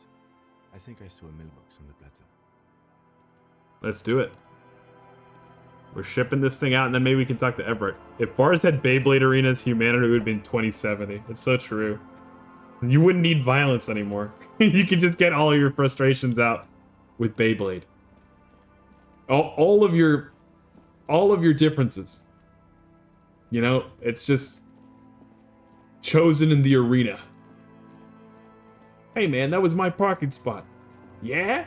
Well, my blue eyes says it's mine. And then you duel. Or like, if we just choose Yu-Gi-Oh! Or Pokemon or some card game, that'd be kind of dope too. Thank you for the follow, Fearfully. Welcome to the stream. My name is Sharp Finch. I am an Angel VTuber, and I play all sorts of games that you can't play in heaven. And right now, we're talking about the dorky stuff from the early 2000s. Yu-Gi-Oh! Yeah! I have a handful of decks. I will say that I'm a bigger fan of the original manga and the anime more than I am of like the current game. But I do have some decks. I think they did some sort of demon discard deck, a Dark World deck, that's what it is. So I have one of those. And a friend of mine gave me a bunch of intro decks too. Oh, and Trap Tricks. I got Trap Tricks. I just thought they were cute.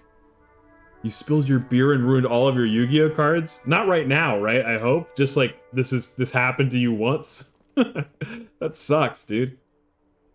Rip Cyber Dragon. Games you can't play in heaven? Does that mean you can play it in Ellipses? No, that was like 4 years ago. Oh, okay. Still bummer though.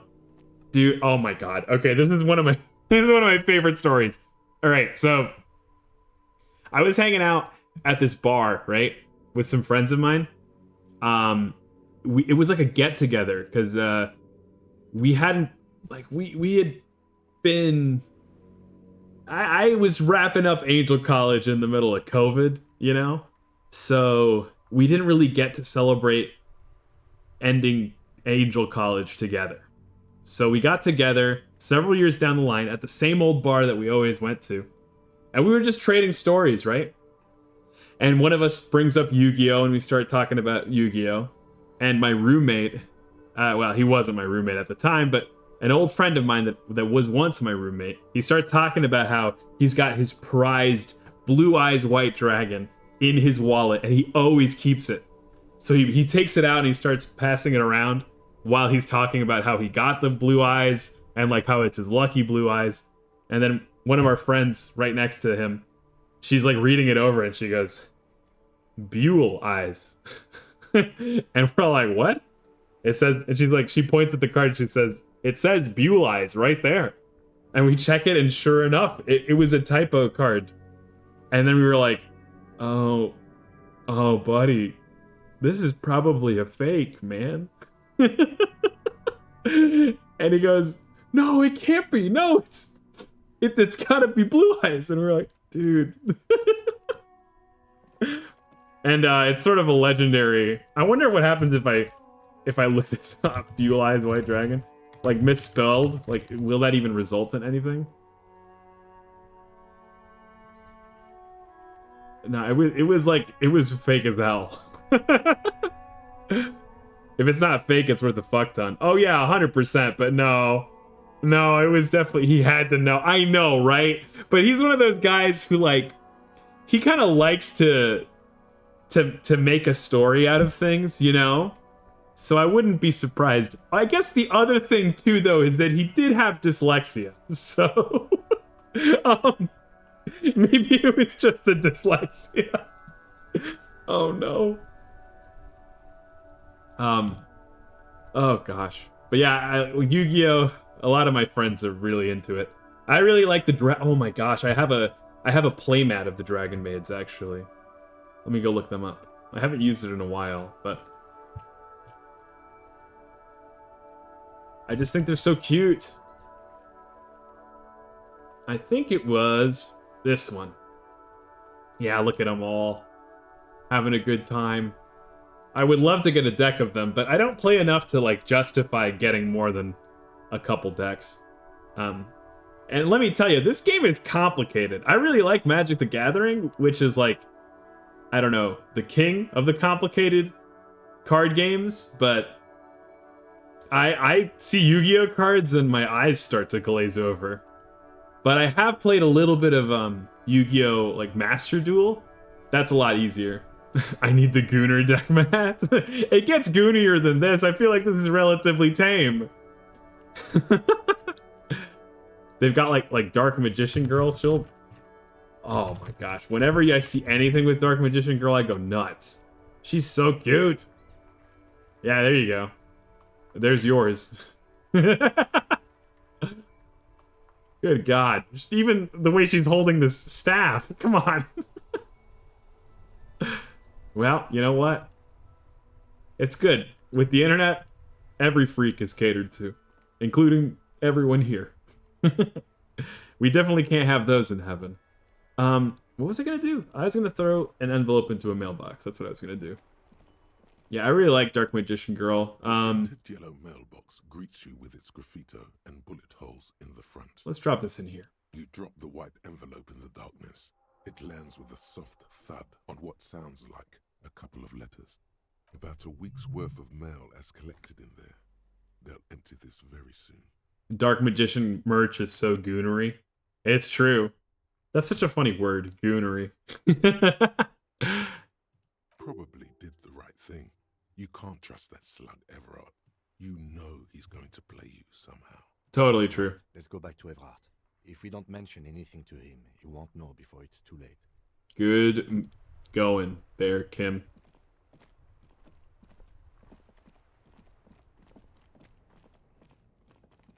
It feels like that's like the only two flavors of like Yu-Gi-Oh! Merch in general, though. I mean, maybe that's even all anime merch. It's either like crazy edgy, look how cool this is, or like it's gooner shit. Like,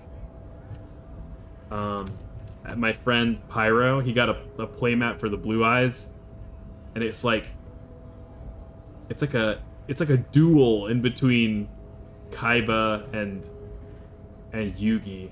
Maybe it's like this. I don't know. But it's like so edgy, man.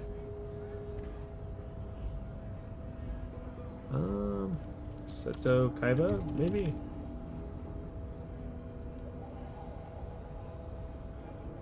Yeah, I guess maybe we won't find it. But like, it looked like they tried to make it very realistic. On the other hand, of course, there is just the floppy boobs. The allure is too strong for some of us.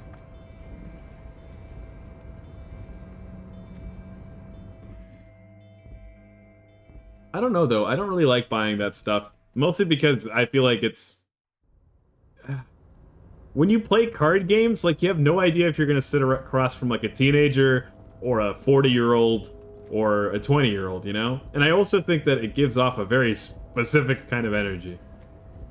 I think that I have got a playmat that's like a Hololive playmat. And that's probably the most, I don't know, goonery that I've got. Let me see if I can go find it. It's like they're at the beach or something. It's not quite the beach though. They're like doing a barbecue. That's what they're doing. It's not official merch though, so I guess I might have a hard time finding it. Yeah. Maybe I'll have to take a picture of it sometime. But of course, such is the burden of the anime fan.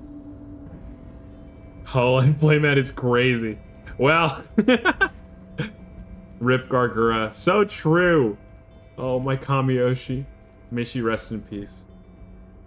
I have a whole, like, bookshelf that's just dedicated to Gura merch. Because she's, like, the only one I'll buy stuff for.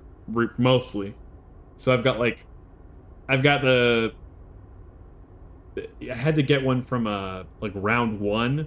They were doing, like, this promotion that you could get them from a claw machine. And then I think I got her 3rd birthday merch a while back. I have her Nendoroid. I go to cosplay as Gura, like a gender bent Gura from time to time. And twice I've been given like free Gura merch because they were like, "You're Gargura, here, have this." And I was like, "Okay, cool." What else is up there? A friend of mine painted Gargura. Do you still have a Discord server? I tried joining and it didn't work. Okay, you know what? Maybe it's time to swap that link, huh? I do still have a Discord server. We only just opened it like a month ago, so I was trying to get a handle on whether or not I should give it an indefinite link or only give it like a 25 click link, just so that we wouldn't get raided, you know? So that nothing would happen, especially because I was just nervous. I was like, I don't know. I've never run a Discord server before. So, let me swap that to a never, and we're going to pump it up to 100 uses at least. Wait, no, that didn't work. You do a 100 limit, but if you set up raid measures, it isn't too bad. So what raid measures do you use? Do you have like a bot for it? I mean, I guess, I think I require you to accept a set of rules, and it also, you need like a certain account age too, which should stop bots, but yeah, I don't know. It was one of those things where I looked into it about as much as I could before I was like, okay, I'm too impatient. I just want to launch it. You set up a verify page to react to emoji, and it stops most bot raids. See, I heard about that, but, like, the only way for that to work, don't you have to, like, grant, like, a role in order to get that to work? And I've heard that you can't really, that you shouldn't grant a role, but maybe I'm wrong. Maybe I don't really know how this stuff works. And then I'll just go ahead and edit our link. We may as well right now. I'll forget to otherwise. Ooh, I'm watching myself. Haha. What a funny looking guy. No, that's not it. Not the stream settings. Can I edit my link in the middle of a in the middle of a stream? Does it let me? No, that's not it. You can do auto rolls. There's also a react emoji for rolls, which is what you use for your server. Yeah, I guess that's what I thought, but I had heard that you should not give a roll on something like an emoji. Like, roles should be assigned by mods because there is some like inherent Discord like countermeasures that you're basically allowing them to bypass. But I only read about it once and I didn't really understand it, so I might be wrong. Stream manager? No. Come on, dude. Channel? Maybe? Oh, here we go. Let's edit the Discord link. Blam. There you go. That should be working. You let me know if it works. And if not, then I guess I could just dump it into chat, too. Ba-bum. Have fun. Okay. Dive in. Take a breath. Mr. Dubois, Blow a hole through the smoke in my chest. You don't have to sit down this time, since you've already sat on that chair. Does he really... Ah. What the heck? Ah. What is happening to my model? Here we go. Does he say blow a hole through the smoke in my chest? I think I have that line wrong. Dive in, take a breath. Blow a hole through the smoke in my chest. Blow the smoke through the hole in my chest. That makes a lot more sense. Okay. It's done. I mailed the signatures you asked me to mail. The golden boy returns once more. Wonderful. Simply wonderful, Harry. You're welcome. Of course. I already knew this. That's not good. My friend, the mailman, confirms the letter is on its way. You've done a great thing today. You've given the children of Martinez a future and proven to be a true man of the left. I can finally trust you now.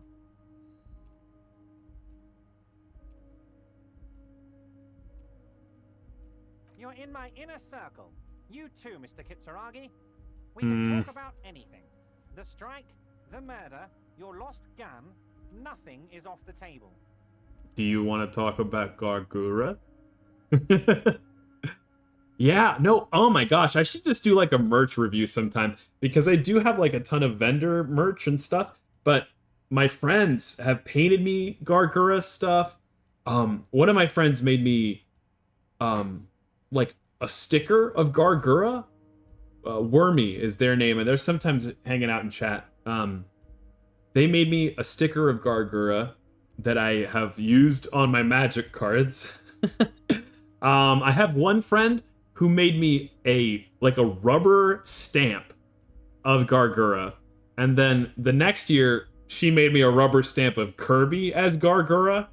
Holy cow! I've got like the coolest, most unique collection of Gargura merch.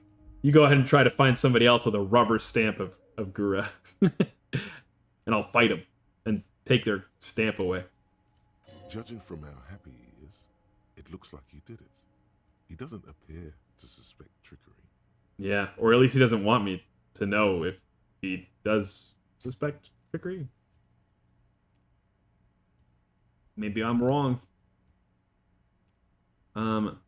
Let's see. It works. Let's go. Thanks for checking. And thanks for letting me know that it wasn't working.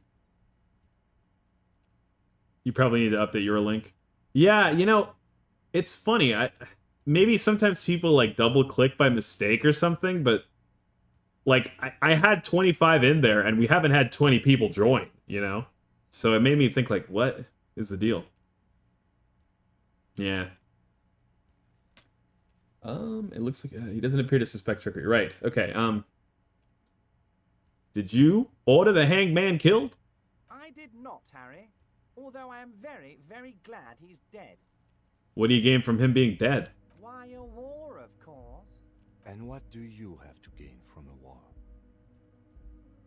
You feel like the links desync or something because you've got active ones that don't work. Yeah, maybe that's what it is.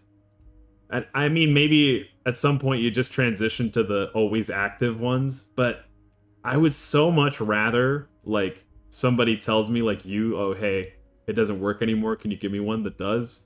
Than, like, accidentally let stuff get swarmed. Just because that seems like a headache. I don't know. What do you have to gain from a war? Victory, Mr. Kitsuragi. I have victory to gain. We are going to start a war with the Wild Pines group and win before they even realize there is a war. They're trained military people. Aren't you afraid for your men? Harry, we outnumber them 1,500 to 1. And that's just Martinez. With all the unions in Revachol, and with public opinion on our side, we can hold off 2 men, or 15 men, or even 50 men. Well, when you say we, that doesn't really include you specifically, right, Everett? I doubt you're picking up a gun. The more they send, the worse it's going to look for them. They made a huge mistake hiring those guys. No one likes foreign mercenaries. That's true. The leftists hate them, the fascists hate them, even the moralists think they're in bad taste. How is this connected to the strike? Harry, there is no strike, only war. Class war. Or, in business terms, a dawn raid. Or wait, is that when you still pay them something? Because we won't do that. A dawn raid. I've never heard of that before. I want to learn what that means. This game is always teaching me words. Oh. Like a literal raid at dawn. Oh, but here's a more specific thing. An economic maneuver carried out by Malaysia to reclaim control of the corporation, a British-owned plantation company. Huh. It seems like there's a lot to read. NPCs try not to do work challenge level impossible. We're not gonna give nothing. We're gonna take Terminal B away from them. The roads, the gates, the containers, that big crane, even the damn coffee maker. We're gonna take all of it for the people, and fuck Wild Pines. Okay. The word fuck rings like a gunshot from his mouth. He doesn't swear often. That's what swear words are like in some of that early pop punk stuff. This is how Fall Out Boy says fuck. So that's why you haven't let Joyce in? Yes. It's also why I let that midget Gaumont go.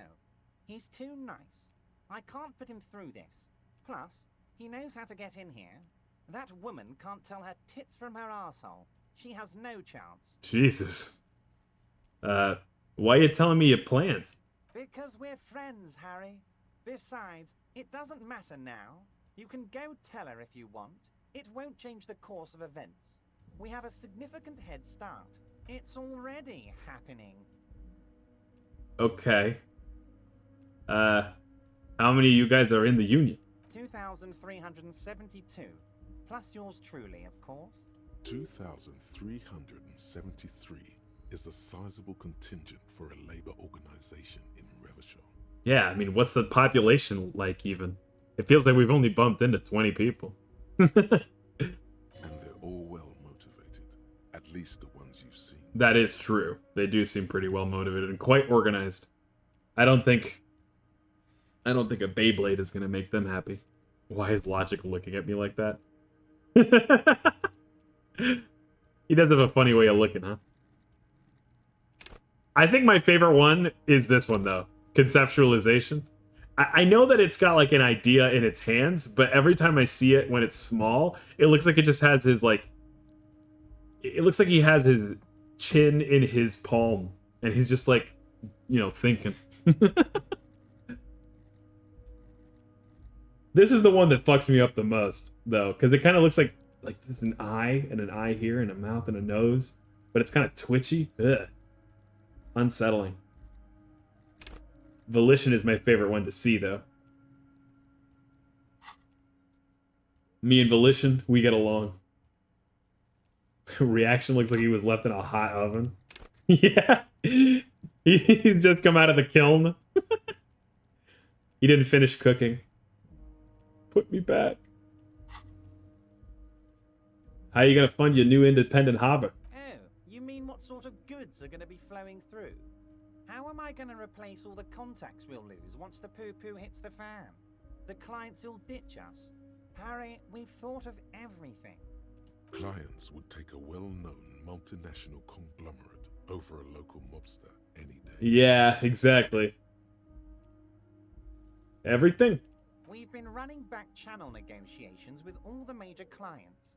I think the company will be unpleasantly surprised to see how many of them stay loyal to Martinez and to the new competitive contracts we can offer. Interesting. With renewed zeal sparked by communal ownership, the men will be shipping those containers double time. You'll be surprised to see how fast things go without parasites latching on. We'll have our hands free to pursue bold, exotic new revenue streams. You know, I frankly don't know enough about companies that are owned by the employees. I can't say I've heard of that model very commonly, though. I'll say that much. Not enough baking soda. Is that... Do you have to use baking soda for, like, cooking... what you call it? Like clay? Is that what you mean? Oh, dude, we're like one follow away from the funny number, by the way. It could be you, random chatter or viewer. Have you ever cooked clay before? I've only done that like really long time ago, but I made a vase once. It was a very small little vase. Maybe enough for a teeny little flower, but... That's drugs. Good job, reaction speed. Trafficking. Drug trafficking? Don't be stupid, Mr. Kitsuragi. There are perfectly legal, 100% ethical chemical factories on the Samaran Isola. You don't need to be colonialist about it. Uh-huh. All they do is produce components to keep the pharmaceutical industry running. That's people's health we're talking about. Old grannies, little babes, people with disabilities. How convenient. Wow. A neurochemical. Psychoactive labor uprising stroke hostile takeover. That's just the top of the iceberg, though, isn't it? The company thinks transporting these chemicals in bulk looks bad, has bad optics, may be illegal in some countries. The Debarders Union, however, we're all about the large volume column. We're gonna transport the living daylights out of those materials, Harry. So your sick kid can get his benefit, and your wacky uncle doesn't have to come off risperazole. Okay, I'm starting to put the pieces together. So he is trying to start a labor uprising in order to create a drug empire. And I guess he has the force to push out the company. The company isn't going to want to go whole hog to try to crush this. Offer him HoloLive figures for information? No! No! I refuse to believe that the average HoloLive fan looks like this. He's a Niji Sanji fan, you could tell. We'll give you one Pomu sticker in exchange for my gun back. I'm pretty sure he stole my gun. And the kids on the street can get speed and Pirelli done. Niji slander as you should. Yeah, it's really too bad. I feel for the talents. I feel so much for the talents, you know? But I just can't bring myself to watch them anymore because of the shitty management. So, and Alouette, if you see this, let me know who you become. You can leave. I thought they dissolved. No, they didn't. You're probably thinking of V Shoujo. V Shoujo definitely dissolved, but Niji Sanji is still somehow kicking in the gutter. I guess here's the reality that people probably didn't realize. At the beginning of the race, Niji Sanji was like way bigger than HoloLive, and they have been for a while. I think that HoloLive was the first one to go into the English market, and they did better there. But in the Japanese market, Niji Sanji was always bigger. So it's going to be hard for them to like dissolve completely. Even though I think the whole stuff at the beginning of last year really like fucked them in the public eye. I almost sent a V Shoujo application. You wouldn't believe it, but me too, brother. I was like applying to places like maybe 3 or 4 months ago, and I poked around and I was like, wow, V Shoujo, they need like programmers. Interesting. And then like not even 2 weeks later, all the crap happened.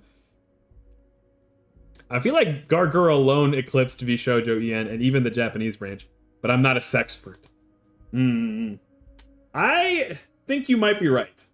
She was really huge. But at the same time, you gotta imagine that, like, viewership doesn't always translate to merch, and I think that merch numbers might matter more than viewership. So, the question is, like, if Gargura has 2 million viewers, but there's, like, 10 different VTubers that all have a total combined of 2 million VTubers, viewers, which actually translates to more sales? You gotta wonder. And I don't know. I don't know what that is. Because, like, a Gargura fan is only gonna have so much Gargura merch that they want, you know? But, like, if I'm a fan of Gargura and Calliope Mori and Pomu, then maybe I need to buy one of each. You see what I'm saying?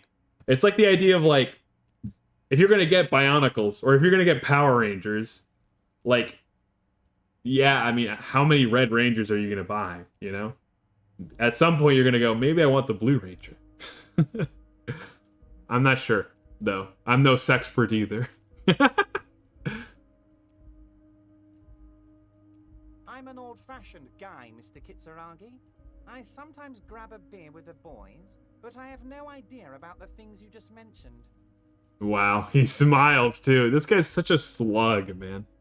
But if I were to supply ingredients for some sort of rainbow party, I would make sure the Union took a fantastic share.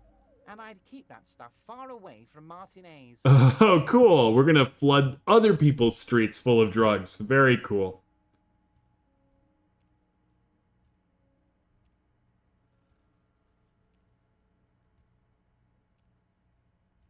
I have to admit, that's a well put together plan and far removed from you.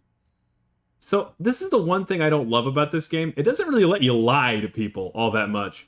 Like, if you commit to one of these answers, Kim will probably turn his nose up and go, I can't believe you. Even though, like, for real?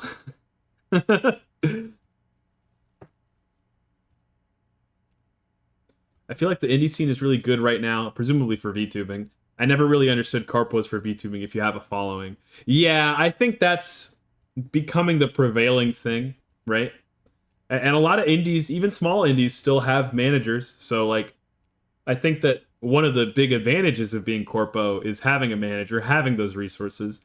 But you can get those anyway. So, I don't know. I don't know what the big appeal is anymore. I guess there is something very standardized, right? Like, in terms of, like, the big names, if you're gonna be offered a position at HoloLive, like, I don't know, I think it's still probably worth it if you're smaller. It's the startup that kills, like, 90% of VTubing when you mention it. Yeah, I think so, right? It's teaching yourself how to VTube. It's getting on, like, a schedule and being consistent. And then, like, you kind of have to learn to do everything yourself, right? Like, if you want to make merch, I mean, you got to figure out how to make your own, like, reference sheet for your OC. You're going to have to communicate with artists on your own time. And then if you want to learn how to video edit, that's a whole other branch of, like, advertising yourself. You got to put on every single hat in a way that, like, corpos just don't have to. Like, they're focused on being an entertainer. They're focused on, occasionally being a voice actor, but it's just for all forms of being the talent. Whereas, like, you and I have to both also be Discord managers. We have to be stream mods. We have to man a Twitter, and we have to do all this crap. But at the same time, I don't know, if you do it out of the love of your heart as opposed to as a job, I think it's okay. Like it's easy to do slowly and just take it at your own pace. But if you're gonna do it for a job, like they need all these things to be ready on a timeline. So it makes kind of sense, I guess, to do it in a corporate way, I guess, in that sense. One of the things that always makes me curious, though, about corpos is, like, you sit back and you wonder how much is being done by the talent. Like, I have no doubt, for example, that all of the Hololive talent actually goes through singing training and dancing training. I'm pretty sure. But at the same time, you watch some of their concerts, and it makes you wonder, like, okay, how much of this is actually live? It sounds like most of it isn't.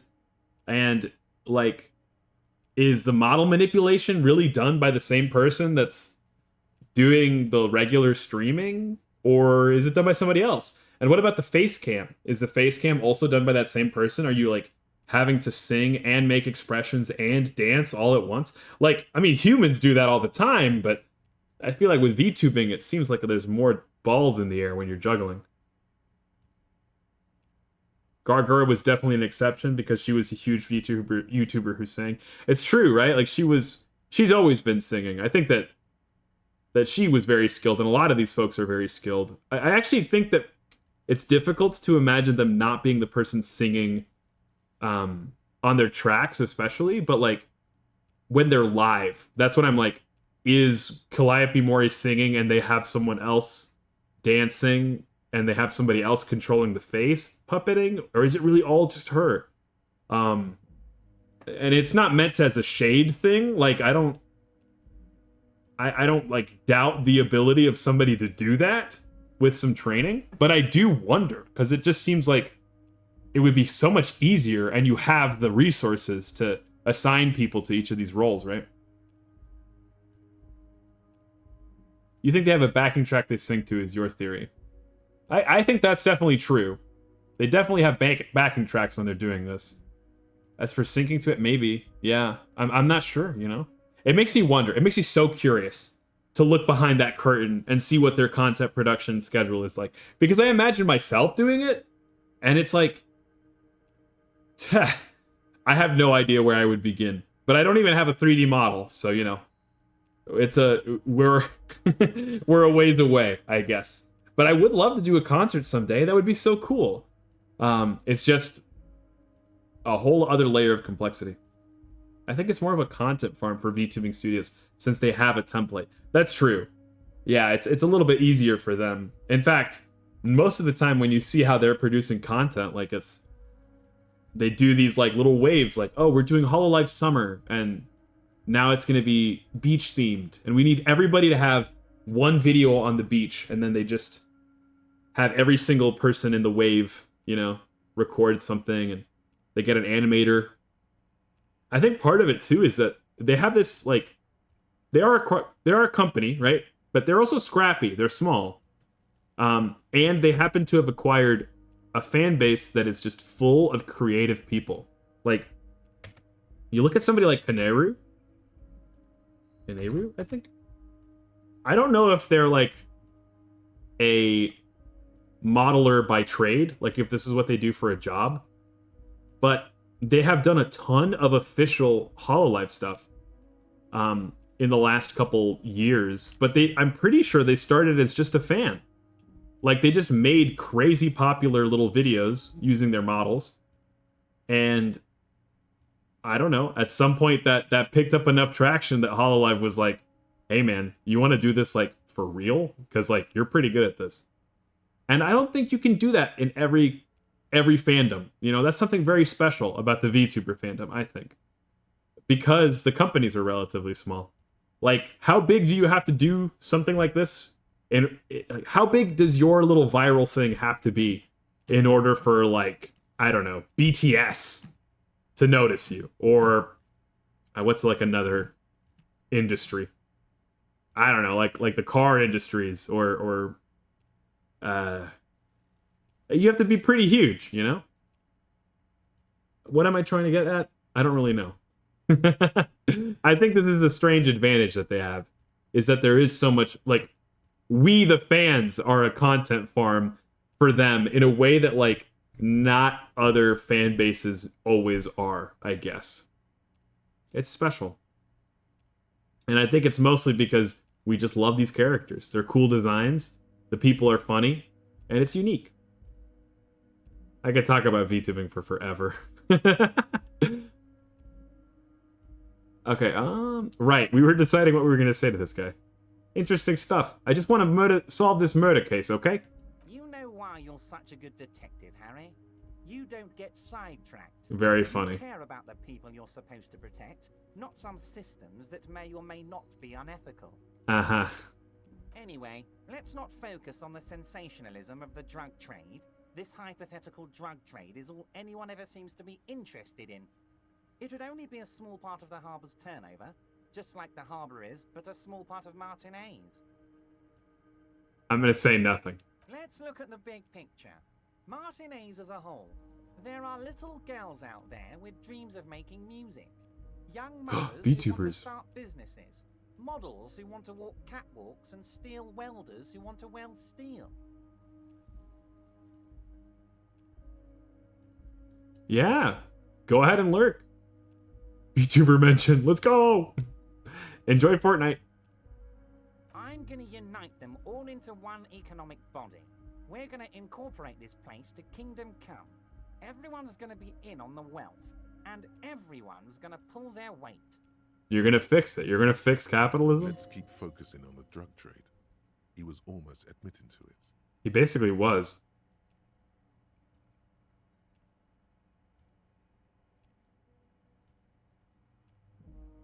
Hold on. I don't want to look at the big picture. I want to look at the drug trade you almost admitted to. No, Harry. That's boring. All right, it's gone. The hypothetical raw materials trade is off the table. It's such a small and insignificant slice of revenue, I'm cutting it. Are you sure? Boys, Harry felt queasy about it. We're not doing it.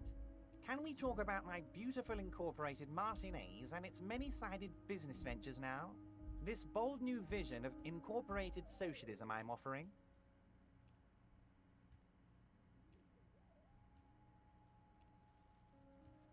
Honestly, it's not my place to judge or express an opinion.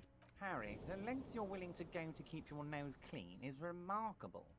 You will always have a warm bed in Mr. Clare's household, my friend, and a special place in the future of Martinez. Can I get my gun now? Harry, I've got to be honest with you. Your gun was found 2 days ago. Withholding this information weighed heavily on me, but it had to be done. Fine. Where is it? An old woman has it, and let me tell you, Harry, word on the street. Oh, is she's a snap. character, so watch out. This must be the woman who bought the gun from Roy. The one he described as terrifying. So there's a woman out by the roundabout that has, like, just said nothing to us the whole game. I get a sense that it's probably her. So the gun's still with the woman who bought it from Roy. Yes, the same one. I see you've done your research. The pawn shop made the gun easy to track. Crazy stuff, Harry. Selling your gun like that? Wild. Anyway, Uh-huh. the neighbors of this old woman contacted my men because they trust me and the Debarders Union. I don't know why. She was waving it around at the entrance to her building. Oh, maybe it's a different old lady. Waving the gun around doesn't sound good. None of this does. She was waving it around at people? As I said, she's a character. I didn't have time for details. It sounds like she's unstable, but don't worry. No one got hurt. It sounds like I was wrong, by the way. It sounds like a very disturbed and desperate individual. Yeah. Who is this old woman? Unfortunately, I don't know anymore. You're gonna have to go in blind, Harry. But she's an old lady. How dangerous can she possibly be? Oh, and she calls herself the Pigs. Bruh. This is like a Kojima character. There it is again. The pigs. Like Roy said, not good at all. I, for one, find it refreshing. Finally, someone calls themselves a pig. It actually sounds extremely bad, but let's not give him the satisfaction. You set up a meeting? I already have. Tonight, starting 10 o'clock, near Oh, the old shit. fish market on the coast. The one on the boardwalk, a little past the fishing village. Be careful, Harry. I would never set you up for anything dangerous, but you did ask for this. Now, back to the fun stuff. Yeah, you set it up before I asked for it, though, man. Don't pretend I don't know that.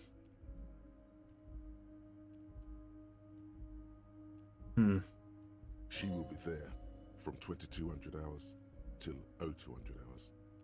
More fun stuff. Seems like we already have fun stuff to do. Can I ask you about specific union members? We're way past specific union members now. This is the big time. We're talking about the future of Revachol here, Harry. Uh-huh. You can bother Leonard with that. He loves to run his mouth on such matters. But I'm in big-time mode, Harry. There's something different about him now. He's more vibrant, more alive in his big-time mode. I wonder if he's like... It doesn't matter whether the signatures are fake or real. Just the fact that the envelope was sent, and it was sent by us, is enough for him.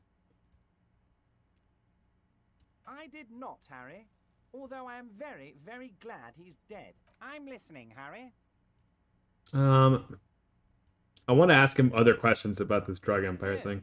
Clients would take a well-known multinational conglomerate over a local mobster any day. You can't possibly hope to continue like you have. Clients will leave en masse. Sure, some will go, but mark my words. The company will be unpleasantly surprised to see how many of them stay loyal to Martinez and to the new competitive contracts we can offer. Mm-hmm. I'm not convinced. With renewed zeal sparked Right, by okay. That's drugs. Drug trafficking. drug traffic. We went through this Wow. already. Neurochemical, psychoactive labor uprising stroke hostile takeover. God, that sounds shady. The company thinks transporting me. We're gonna. And the kids on the street can... I'm an old fat, but if I were to supply ingredients for some sort of rainbow party, I would make sure the union took a fantastic share. And I'd keep that stuff far away from Martinez. I'm not super interested in threatening to report him yet. Because, like, what can I report him on? We don't have any evidence besides him saying this. I mean, I guess I'm a cop, so you're admitting it in front of two cops, but no. You know what? Anyway, let's not focus on the sensationalism. Let's look at the big picture. I'm gonna... Let's keep focusing on the drug trade. He was almost admitting to it. Well, I tried to, but he didn't.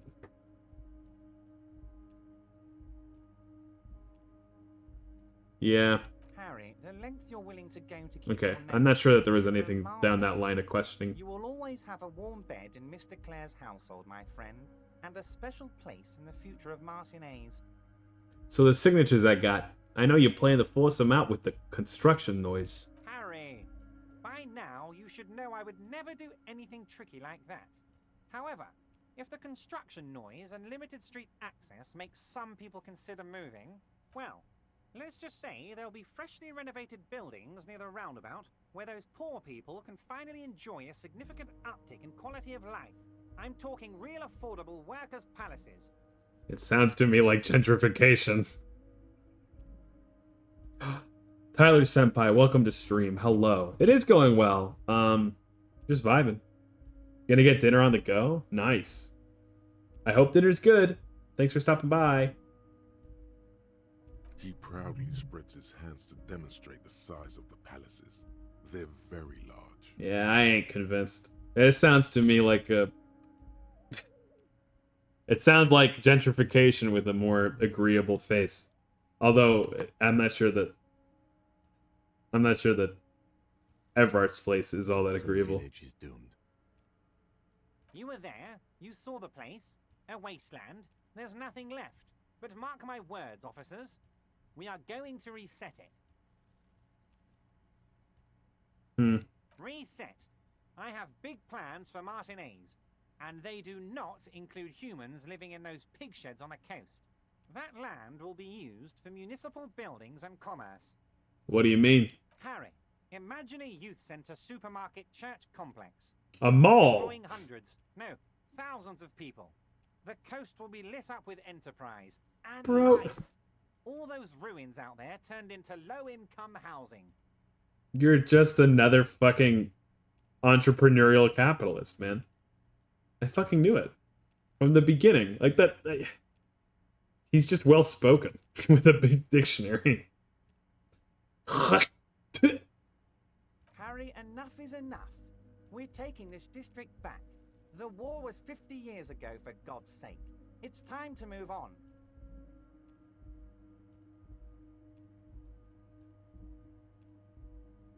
Youth Supermarket Church Complex. Do you really expect me to believe that? Yes, I do. I got the center, I got room for a retail complex, and in 4 years, I'll get the church too. The wheels are already turning, Harry. The wheels of progress. This post-war limbo, I won't stand for it. There are kids practically playing with their own feces out there. It cannot go on. I'm not so sure, man.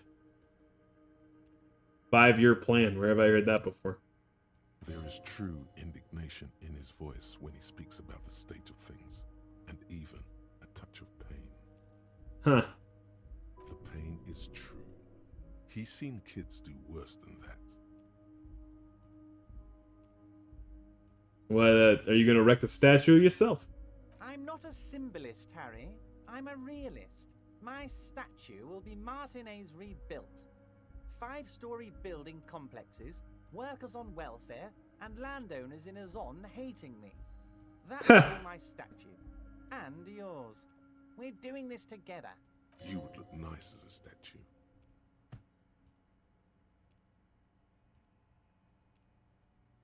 What do you want? Oh, the capitalist you know or the new capitalist?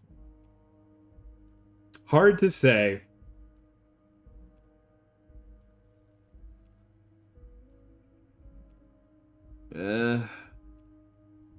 I hope this decision doesn't matter too much. Joyce was right when she said you were up to something. Damn right I am, Harry. I'm gonna make the working man as rich as she is one day. That's my job. Just like yours is to keep the peace. Okay. A true flash of anger in him as he thinks of her. Wow. I mean, it sounds like he really believes some of the things that he's spouting, but I don't think he views the irony in what he's saying either, though. Like, he's espousing so much of the same shit as everybody else is. Okay. Well, that's it. Great, Harry, great. I think we have truly built a bridge between Martinez and Jamrock today. We have united the RCM and the Debarders Union. This has been so great. I'm sorry we don't have more fun things to do together, but if you ever feel like bouncing something off me, my door is always open. I'm not so convinced. Is he convinced I'm gonna die later? Is that what this is about?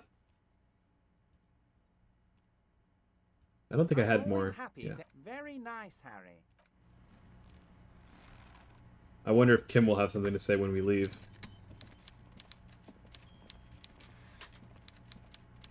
Let's get out of this maze-like hovel.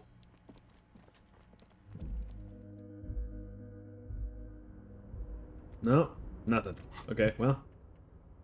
We should ask Renee about that photo. And then we can go get our gun back eventually. Oh, we had to talk about Leonard about something too. Oh, hey, mister. I knew you'd be back. Sure, mister. Absolutely. I'm always willing to help out nice fellows such as yourself. This is the only guy who's worth protecting in this whole game. Leo, you seem to know everyone around here. I want to ask you about someone. Mr. Everett doesn't really want me to talk to people about union guys. But who did you want to talk about? Tell me about Manana. He's a union man through and through. Good guy. He's very calm, laid back, doesn't do much, talks to Everett sometimes. Honestly, I don't know what he does for us, but it must be important because everybody likes him. Yes, they do. I think that's what he does. He makes everyone feel a little better. He's, what do they call it nowadays? A personality hire?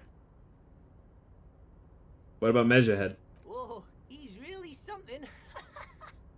He doesn't talk much to me usually, but when he does, I don't really understand most of what he's saying. Actually, I don't think he would like me running my mouth about him like that. Huh. Once he said he's a dragon to this mob fellow who came picking a fight with some Union men. I think he really believes Jean-Luc was a dragon because he ran right off. Another time he almost killed another guy, but I shouldn't talk about that. Wow. That's precisely what he is. Everard's dragon. A bully. Through and through. What about Titus? Isn't it pronounced Titus? Ha ha ha ha. Anyway. Oh, Titus is a longshoreman through and through. He was born on a boat, they say. His veins are probably filled with salt water, I tell you. Nice, friendly sort, old Titus is. I don't remember what Titus looks like. Who's Titus? Bisco. Ah, the tough leader of the tough boys. Right. Tell me about Everard. I'd best not. I mean, I could, but I don't think Mr. Everard would like it very much. You better ask him yourself, mister. Yeah, I think I know enough about him as it is. What about Renee? The Night Guard. Ooh, he's a peculiar fellow. He's the strong, silent type, you could say. We talk all the time, but I don't really know much about him. He plays petanque with my old human studies teacher, Mr. Martin, down at the... Oh! I think he's the only fellow who actually knows old Renee.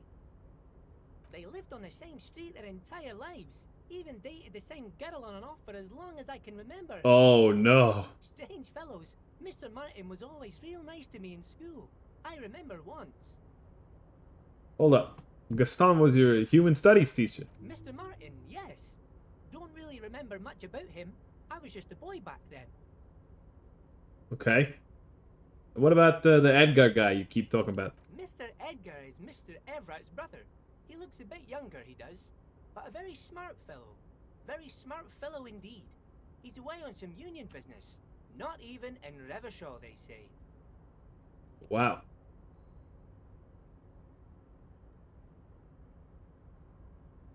I'm not gonna interrupt Leo, yeah. All kinds of places he visits. Him and his brother both do when they're on a vacation. Right now, it's Mr. Everard's turn to look after the union. But last year he spent a whole winter in South Africa. Left with the first autumn rains and didn't come back before the trees were green again. I want to talk about something else. Sure. That's all I need. Goodbye. Okay, maybe we could go bug Renee now. Ask him about his girlfriend. Especially now that we know that it was also... What was the guy's name? Martin? Martin's girlfriend? Go, go, go. Detective running powers, go. Activate. You just know his calves are burning.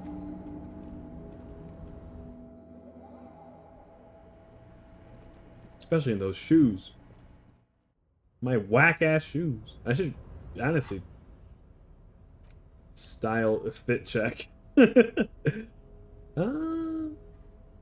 Composure, perception, or empathy. I like the empathy, but I guess we don't need more empathy.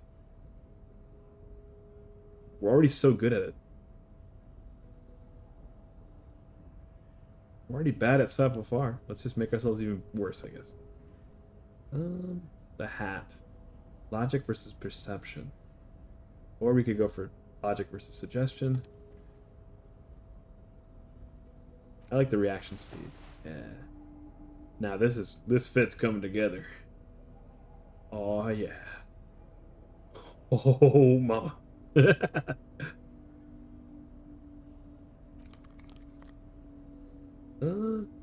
That's probably good enough. Oh wait, no, the shirt. Conceptualization.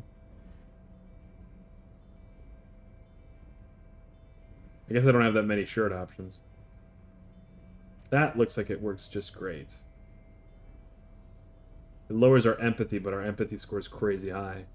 So maybe now we put on the empathy shoes just to kind of counteract it. I like that. Nice.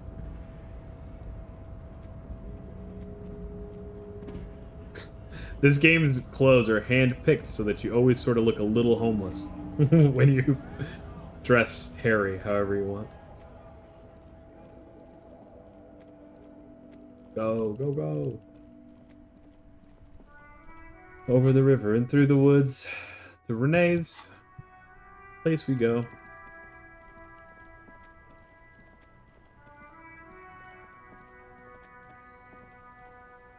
Hey, man.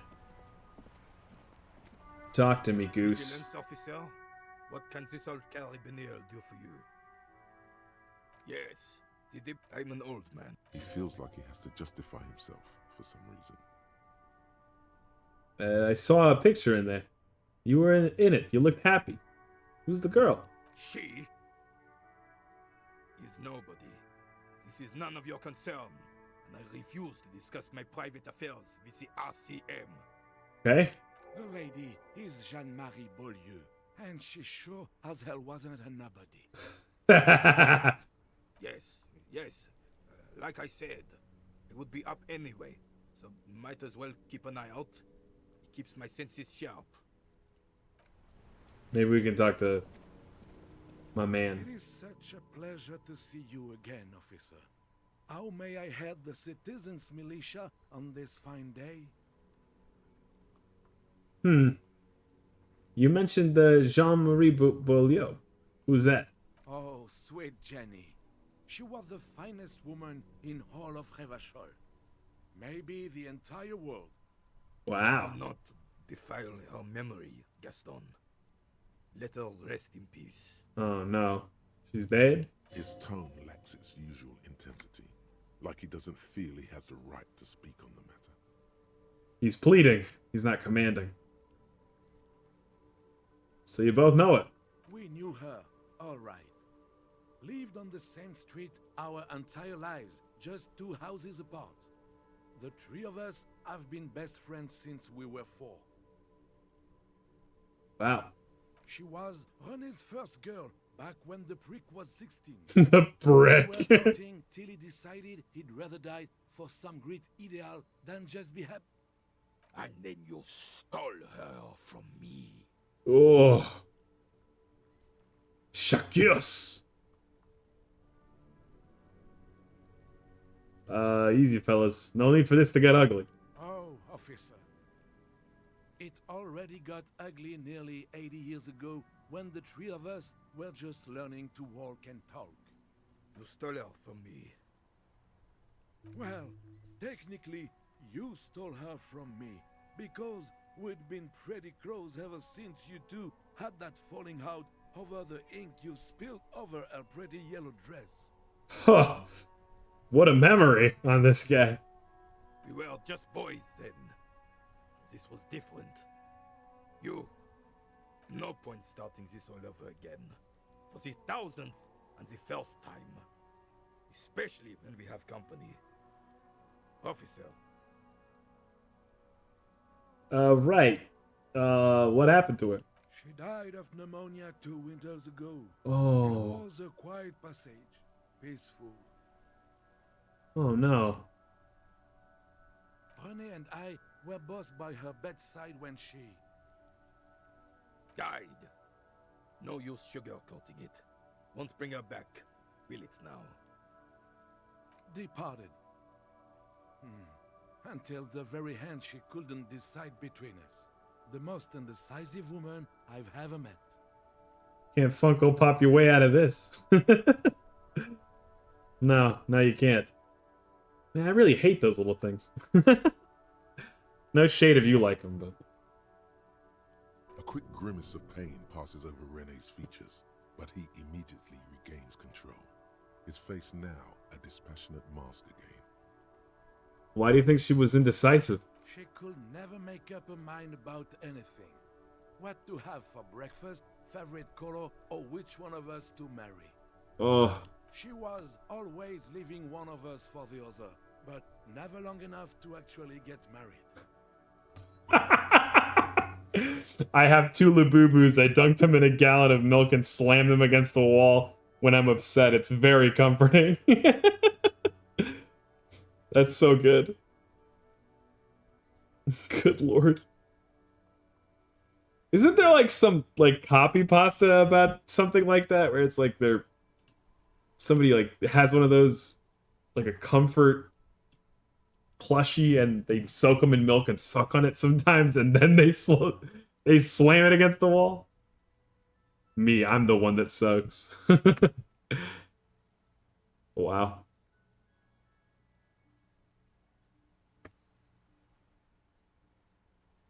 That's a bit odd.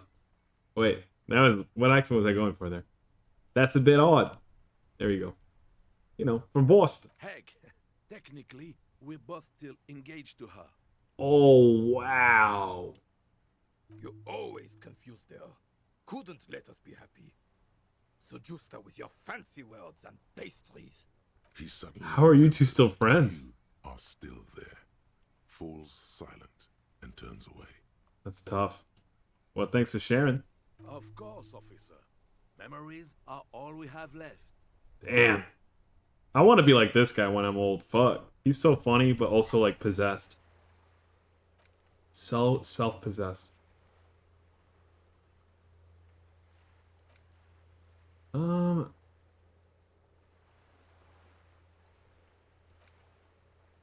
What else can we do? We're kind of just looking to kill time until 10 o'clock in game.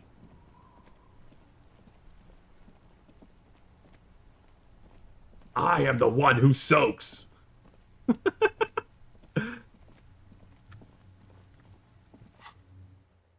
Oh yeah, there's a barbell in there that I kind of fucked up. Let's try that again, huh?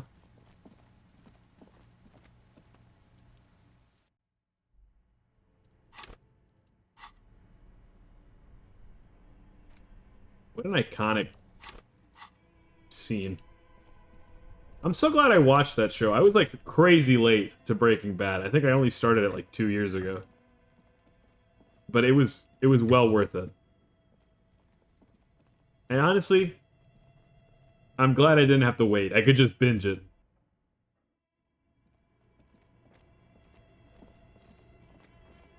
Is it over here? Where was the barbell? It was down the stairs, now I remember.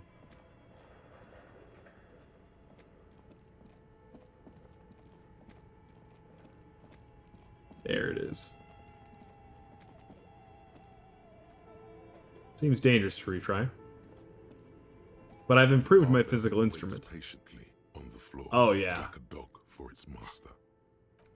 Yeah, just you hold on. I'm gonna change clothes real quick. This will buff my physical instrument.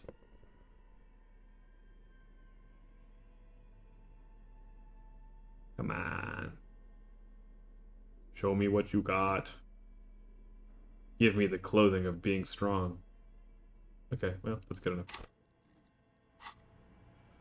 The barbell waits patiently. 92%er. Like a dog for its master.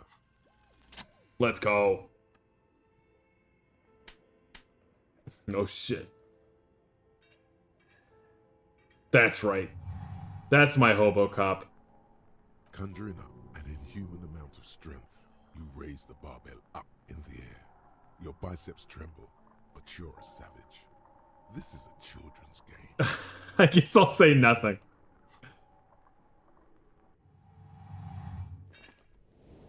Wow. A warm wave of accomplishment washes Hell yeah, brother. as you drop the barbell to the floor. For a moment, it feels like you're strong enough to succeed at anything you ever set your mind to. Fuck yeah. Hey, but you're still in a ghost house. What if someone heard this? What if they know you're here? Well, we already know who lives in here. Good technique. That's all.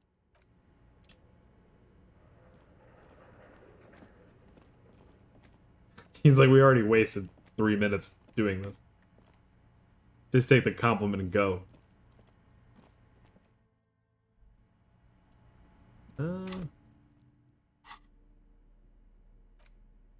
put this thing away.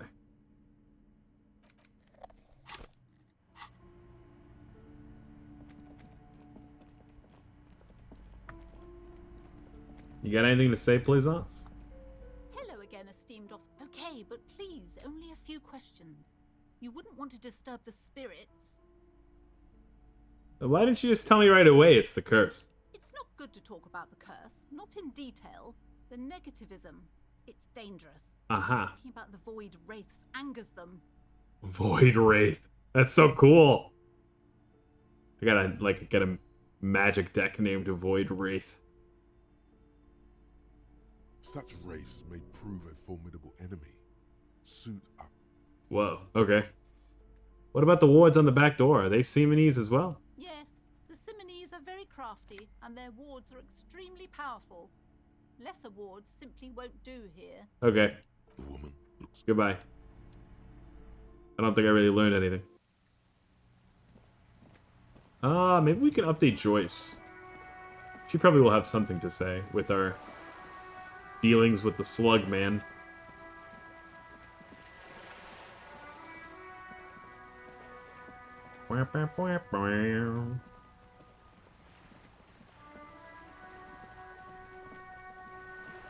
I love the rain. You're back. Good. What can I help you with? Not an umbrella, I hope. I don't need one myself, you see. all around you. Rain keeps falling down. On the wooden boards she's standing on, and on the water around you. Neither do I. Very rugged. Good choice. Now, I suspect you had questions. Nothing like talking to pass a rainy day. Am I right? Tell me again about this drug Lorries trafficking. are still stuck at the roundabout. If the police is asking, one of the drivers might admit to it. We already had some suspicions one of the drivers was present for the lynching. The two might even be connected. Or not. Though, if you have evidence to the contrary, I'm eager to hear it. Yeah, good move, Kim. As eager as I am to share it, Lieutenant, once the job is done. Yeah. She simply nods. Sorry. That doesn't help. Okay. Yeah, that sucks. Maybe just other stuff we could go do. Pain threshold. The warded door. What was that about? I don't remember that. The warded door. Was that the locked door? Oh, whoops. I made you small. I made my chat small. Do you prefer being small? I could put you in my little shirt pocket. I could crush you like a little bug in there. Doesn't that sound nice? I could squash you like a bug right now. I gotta practice that Willem Dafoe monologue.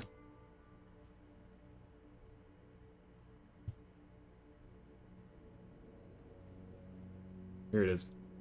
Wake up, little spider, wake up. No, you're not dead. Yet. Just paralyzed. Temporarily. You're an amazing creature, Spider-Man. You and I are not so different. Well, to each his own. I chose my path, you chose the path of the hero, and they found you amusing for a while, the people of this city. But the one thing they love more than a hero is to see a hero fail, fall, die trying. In spite of everything you've done for them, eventually they will hate you. Why bother? Here's the real truth. There are 8 million people in this city, and those teeming masses exist for the sole purpose of lifting the few exceptional people onto their shoulders. You and me, we're exceptional. I could squash you like a bug right now, but I'm offering you a choice. Join me. Imagine what we could accomplish together. What we could create, or we could destroy. Cause the death of countless innocents in selfish battle, again and again and again, until we're both dead. Is that what you want? Think about it, hero! I'm always quoting Think About It, Hero. And... what was the other one?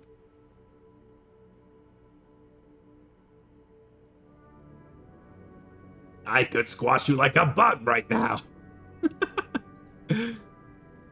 I wonder if he was thinking about the fact that he's called Spider-Man during that monologue, or if that just, he kind of oopsed into it.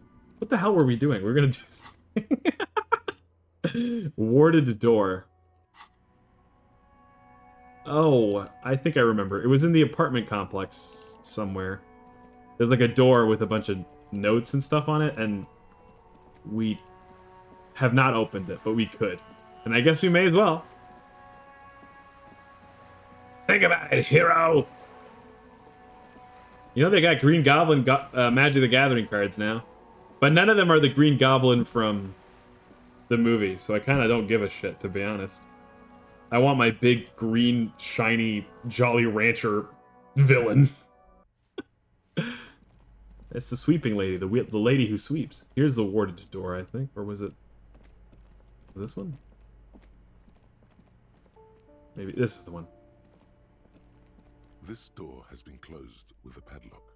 A chalk-drawn number on the board says number 11. It says padlocked door, though.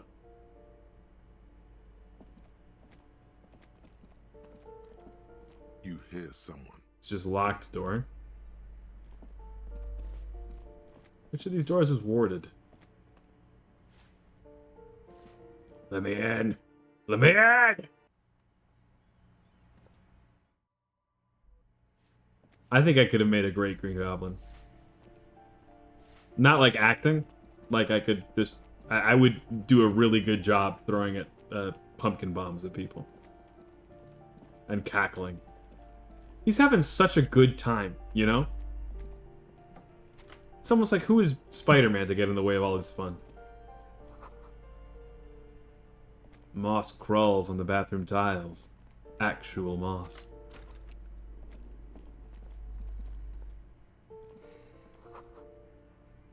Oh, yes, this is Kuno.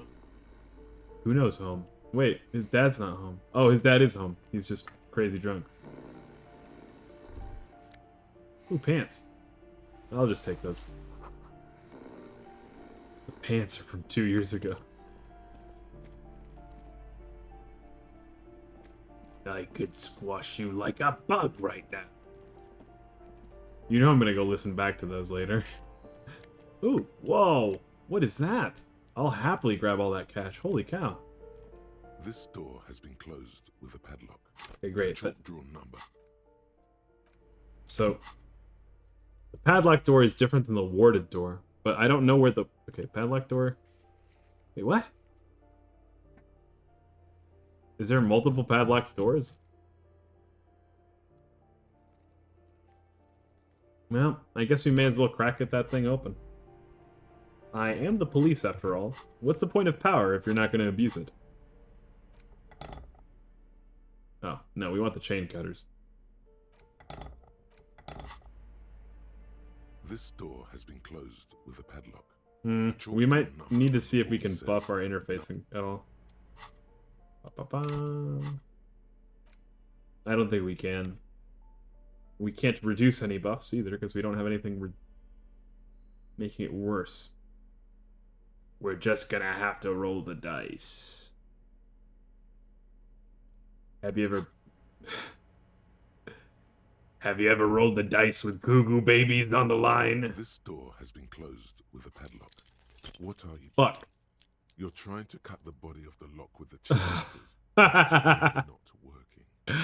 Yeah. I believe it's the shackle you mean to cut, Detective. He's just trying to help. Don't take it bad.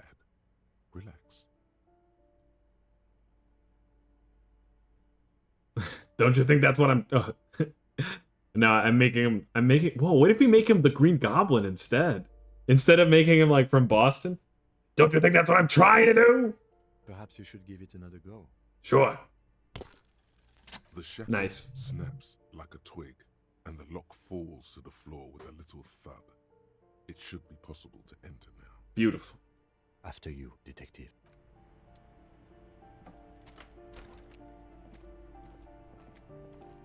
Oh, what a beautiful little apartment.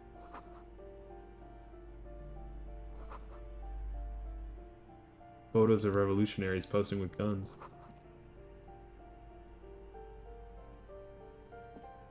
plaster cast bust depicts a middle-aged man with impressive sideburns. The name on the plinth reads Kraz Mazov. Kim, who is this Kraz Mazov? He's known as the father of scientific communism, also known as Masovianism.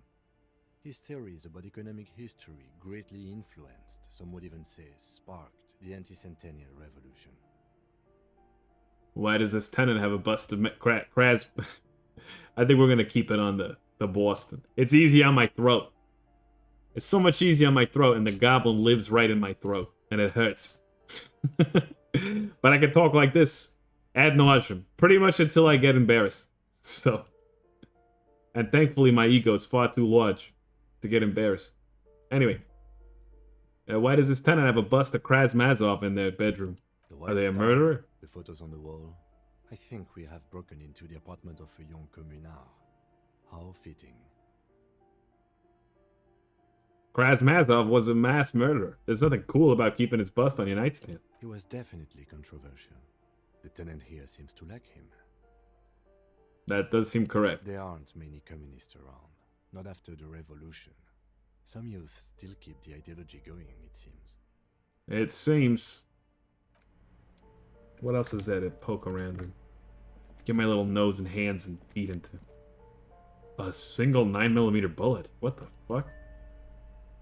And a jacket. Whoa.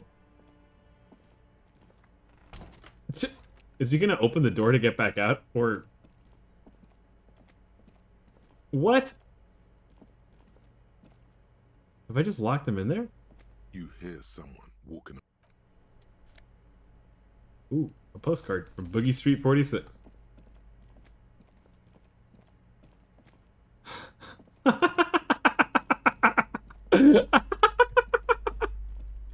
Look at that. He's trapped in there like my little hamster. What the fuck? They didn't give Kim the ability to open doors. So what happens if I just leave? Hey, old lady. Give me a moment. Whatever. Goodbye.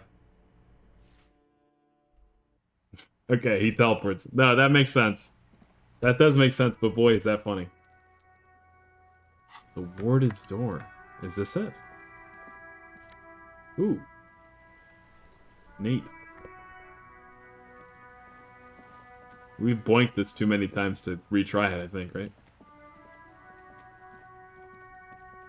Just an ordinary wall. Nothing to see here. So I could level up my conceptualization.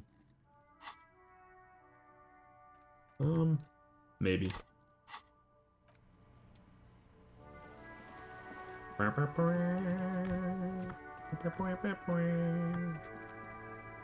Let's go out onto the balcony instead.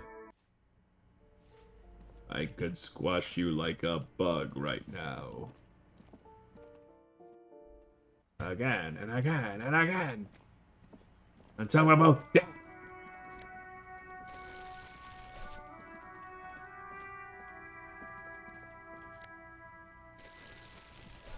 Hey, what's up? Hello again, officers.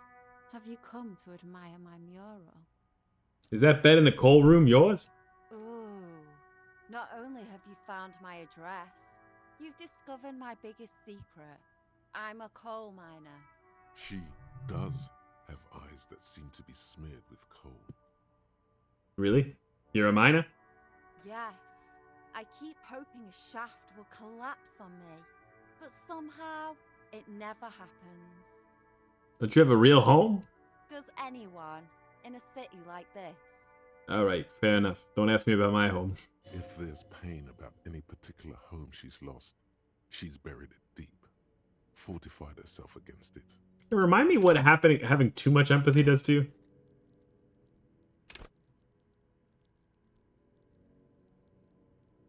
You'll be an unstable cop. Okay, cool.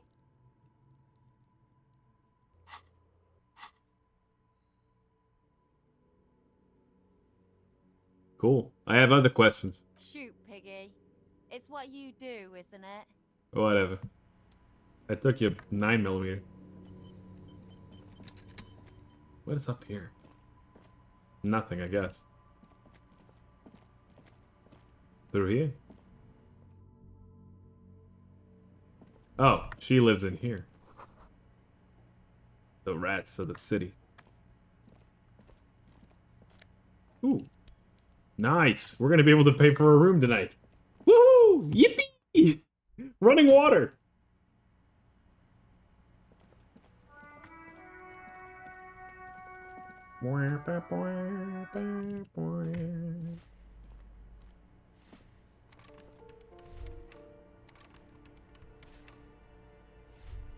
What the?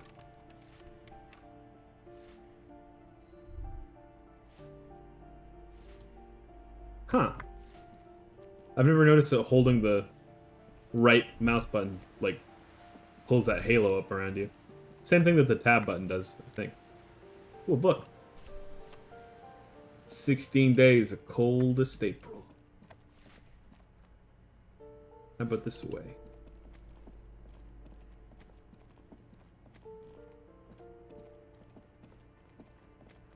Let's go up this balcony. Send me pictures of Spider-Man. Oh, Spider-Man. Ooh. Oh, yes, that was the room of the poor lady whose husband died. Was this the warded? No, it's not.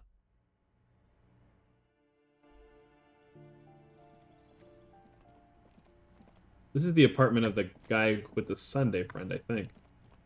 This door is made of metal and a... Whatever.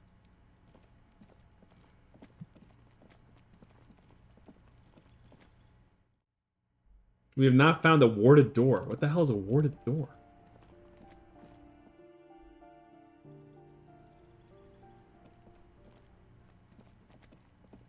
You know, we never actually went in here. Maybe we can now? The door is closed again. Now you hear someone inside. Walk in from... Huh. I can only wonder who was in there. I feel a little bad about it. But I'm a bad guy. I'm the Green Goblin, yeah. Fuck him. Fuck a bad person. Is this a map wall?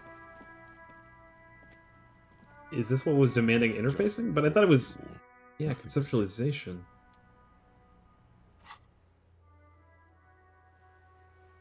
Oh, yes. Okay, the map wall was over in... That's over by... Plaisance' place. I don't think we've retried it, but I guess we could bump up our conceptualization. How many good boy points do we have? 2 whole good boy points? What the heck? Are we thinking about something right now? Not really. I guess we could.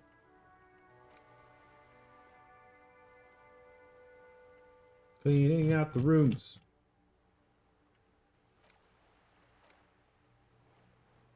Huh.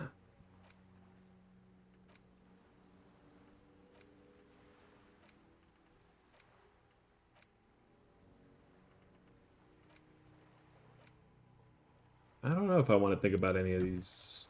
Whatever.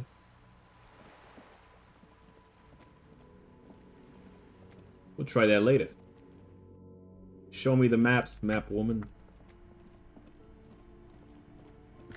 Cook woman properly. Several maps. The maps look old and faded.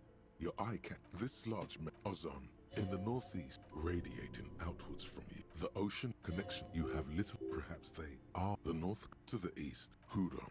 It's so... No. This is... I'm sorry, they're quite valuable. Though they might not look it. That old thing, from when they didn't get that far. I'm sorry, they're quite valuable. Yes. Are you interested or not? Oh, wait, I can't actually... Is this the map? What the heck? This bookstore is not strictly about... Huh. It doesn't look like I can retry that map wall thing. Weird. Also, well, that might have been the warded door, for the record.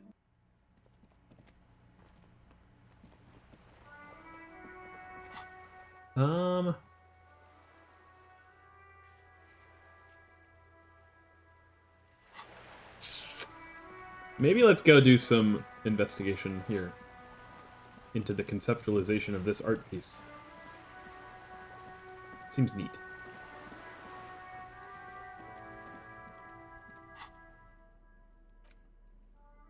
Anything interfering? Not really. Bum, bum, bum. Spider-Man. That should help. Ooh. What a fancy little outfit. I think I still will have to, like, up it in order to actually open it as a... Just an ordinary wall. Yeah. Nothing to see here. Okay. We'll spend one of our good boy points, I guess. Wait, what? Just an ordinary wall. Nothing. Shit! It's still, like, near impossible for us to get it. Okay, this would be like the 4th or 5th 3%er we've hit in the whole run if we can hit it, but it's really, really tough. Well, only one way to try. Yeah. Why? It's a wall. An ordinary wall. Fuck. Why must we stop to look at this wall every time we pass by?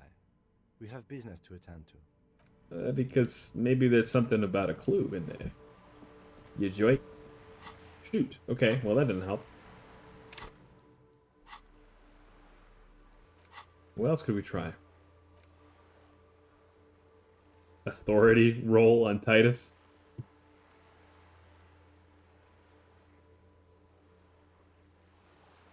There's not many things for us to try here. Oh, I guess we could retry that Noid thing. Oh, and the box of sunglasses. Let's go to that box of sunglasses. Surely we can find something that's not frog related.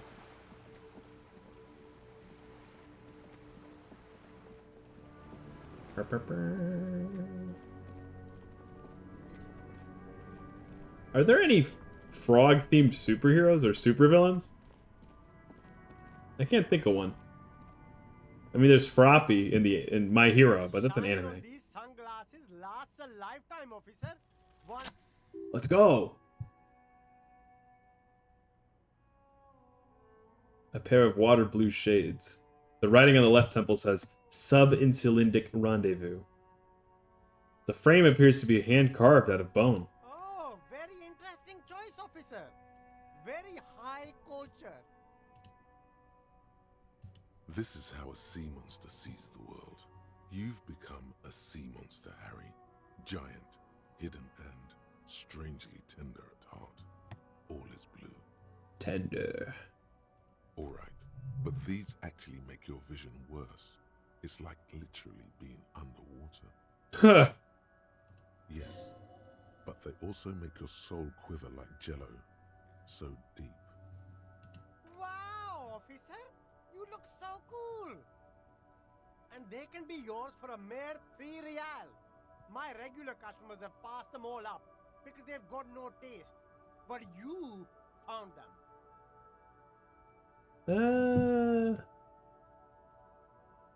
What about, I mean, I guess we have the cash, kind of. All we need to get is another, like, 80 cents, and then we'll be able to pay for the night. Kim, what about these? The lieutenant tilts his head and steps back, eyes narrowed in a thorough examination. It's a case to him. You look like a musician. Like a blind musician. But you could do worse. Take them if you want. You look like a blind musician. I mean, it took so much effort to find them, it almost feels like a waste not to buy them, right? And they're made out of bone. Ooh, what the hell? Sure. Abort. Oh, whoops. These are hideous. Damn. They're perfect for... It's going to be... No, you are definitely not buying those. You're right. I'm too sensible for these. Are you sure? But they look so good on you. You should... The shades of self-destruction. It has Inland Empire. I like that. Sure. A man who knows his style. Much respect. Oh. Well, I guess I was hoping that would bring us somewhere else. Could we do the rhetoric pass thing here? Wait, before we do that, though. Style change. Something's lowering my rhetoric. This ugly-ass hat. What could improve it?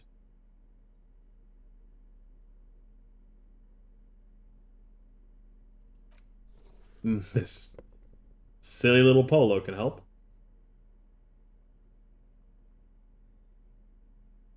Could you imagine, like, you buy a new polo from someone and then you wear it immediately and try to use it to convince them that they should give you money for free?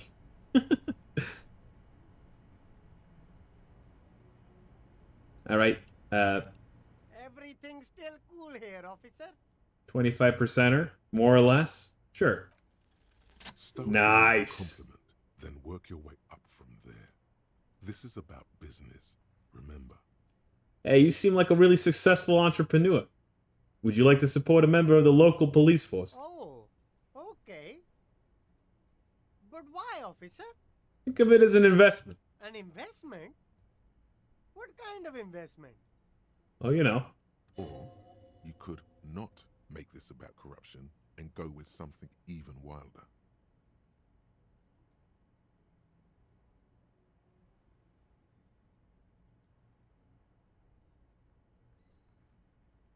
It's an investment in me.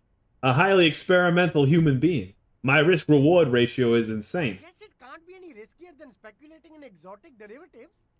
How much are we talking about here? 5 real. What? Only a fiver? You can't even buy a pack of Royal Extras with that. Let's make this one stick, my man. God, a pack of Royals would taste so good right now. One Get you some of stick? those tar sticks, baby.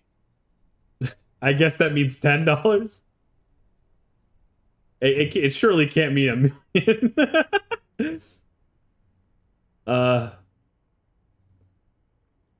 Yeah, okay. 10 real. No, whoops. God, 10 real. a pack of 10 real is a bargain for that kind of investment. You got it, my man. Hey, quick question. Do you sell any tapes? Tapes? You mean like music tapes? No, music is out. Don't listen to music. I sell extremely cool sunglasses. If you want to get your mojo going. Music is out. Sorry, folks. Music, lame, actually. Not good. Alright, so you have no idea whatsoever where I could find tapes. Tapes? Tapes are everywhere. They're worthless. Kids throw them in the trees. There's one in the bushes, right behind this lorry. No one would ever throw a good pair of high-quality plastic sunglasses in the bushes, mister.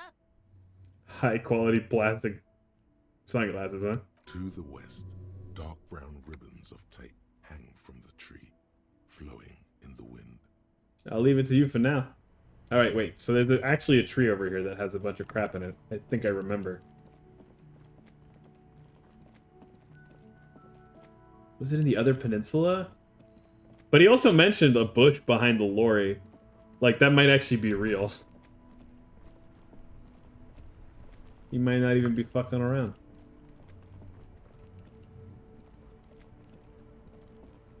Unless...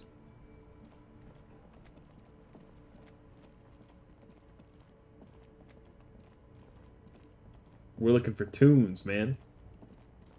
Oh, we've never really poked around over here. Oh, well, it doesn't look like there's much to poke. Admittedly. Yeah, never mind. Whatever. I think we will leave it to the next time, then. Let's go find somebody to raid into while we say our goodbyes. Ba-bum. Metapaggio is streaming. Yeah, let's stream into them. Alright. Okay. Well, thank you very much for joining me as always. I hope y'all have a good rest of your day, a good evening, morning, whatever it may be for you. And make sure to make the most of your time, because heaven waits for you. Thanks for hanging out. Goodbye. Say hello to Metapaggio. They're hunting monsters. Ooh, explosions. That's cool. I wonder what that's about. Goodbye. Some people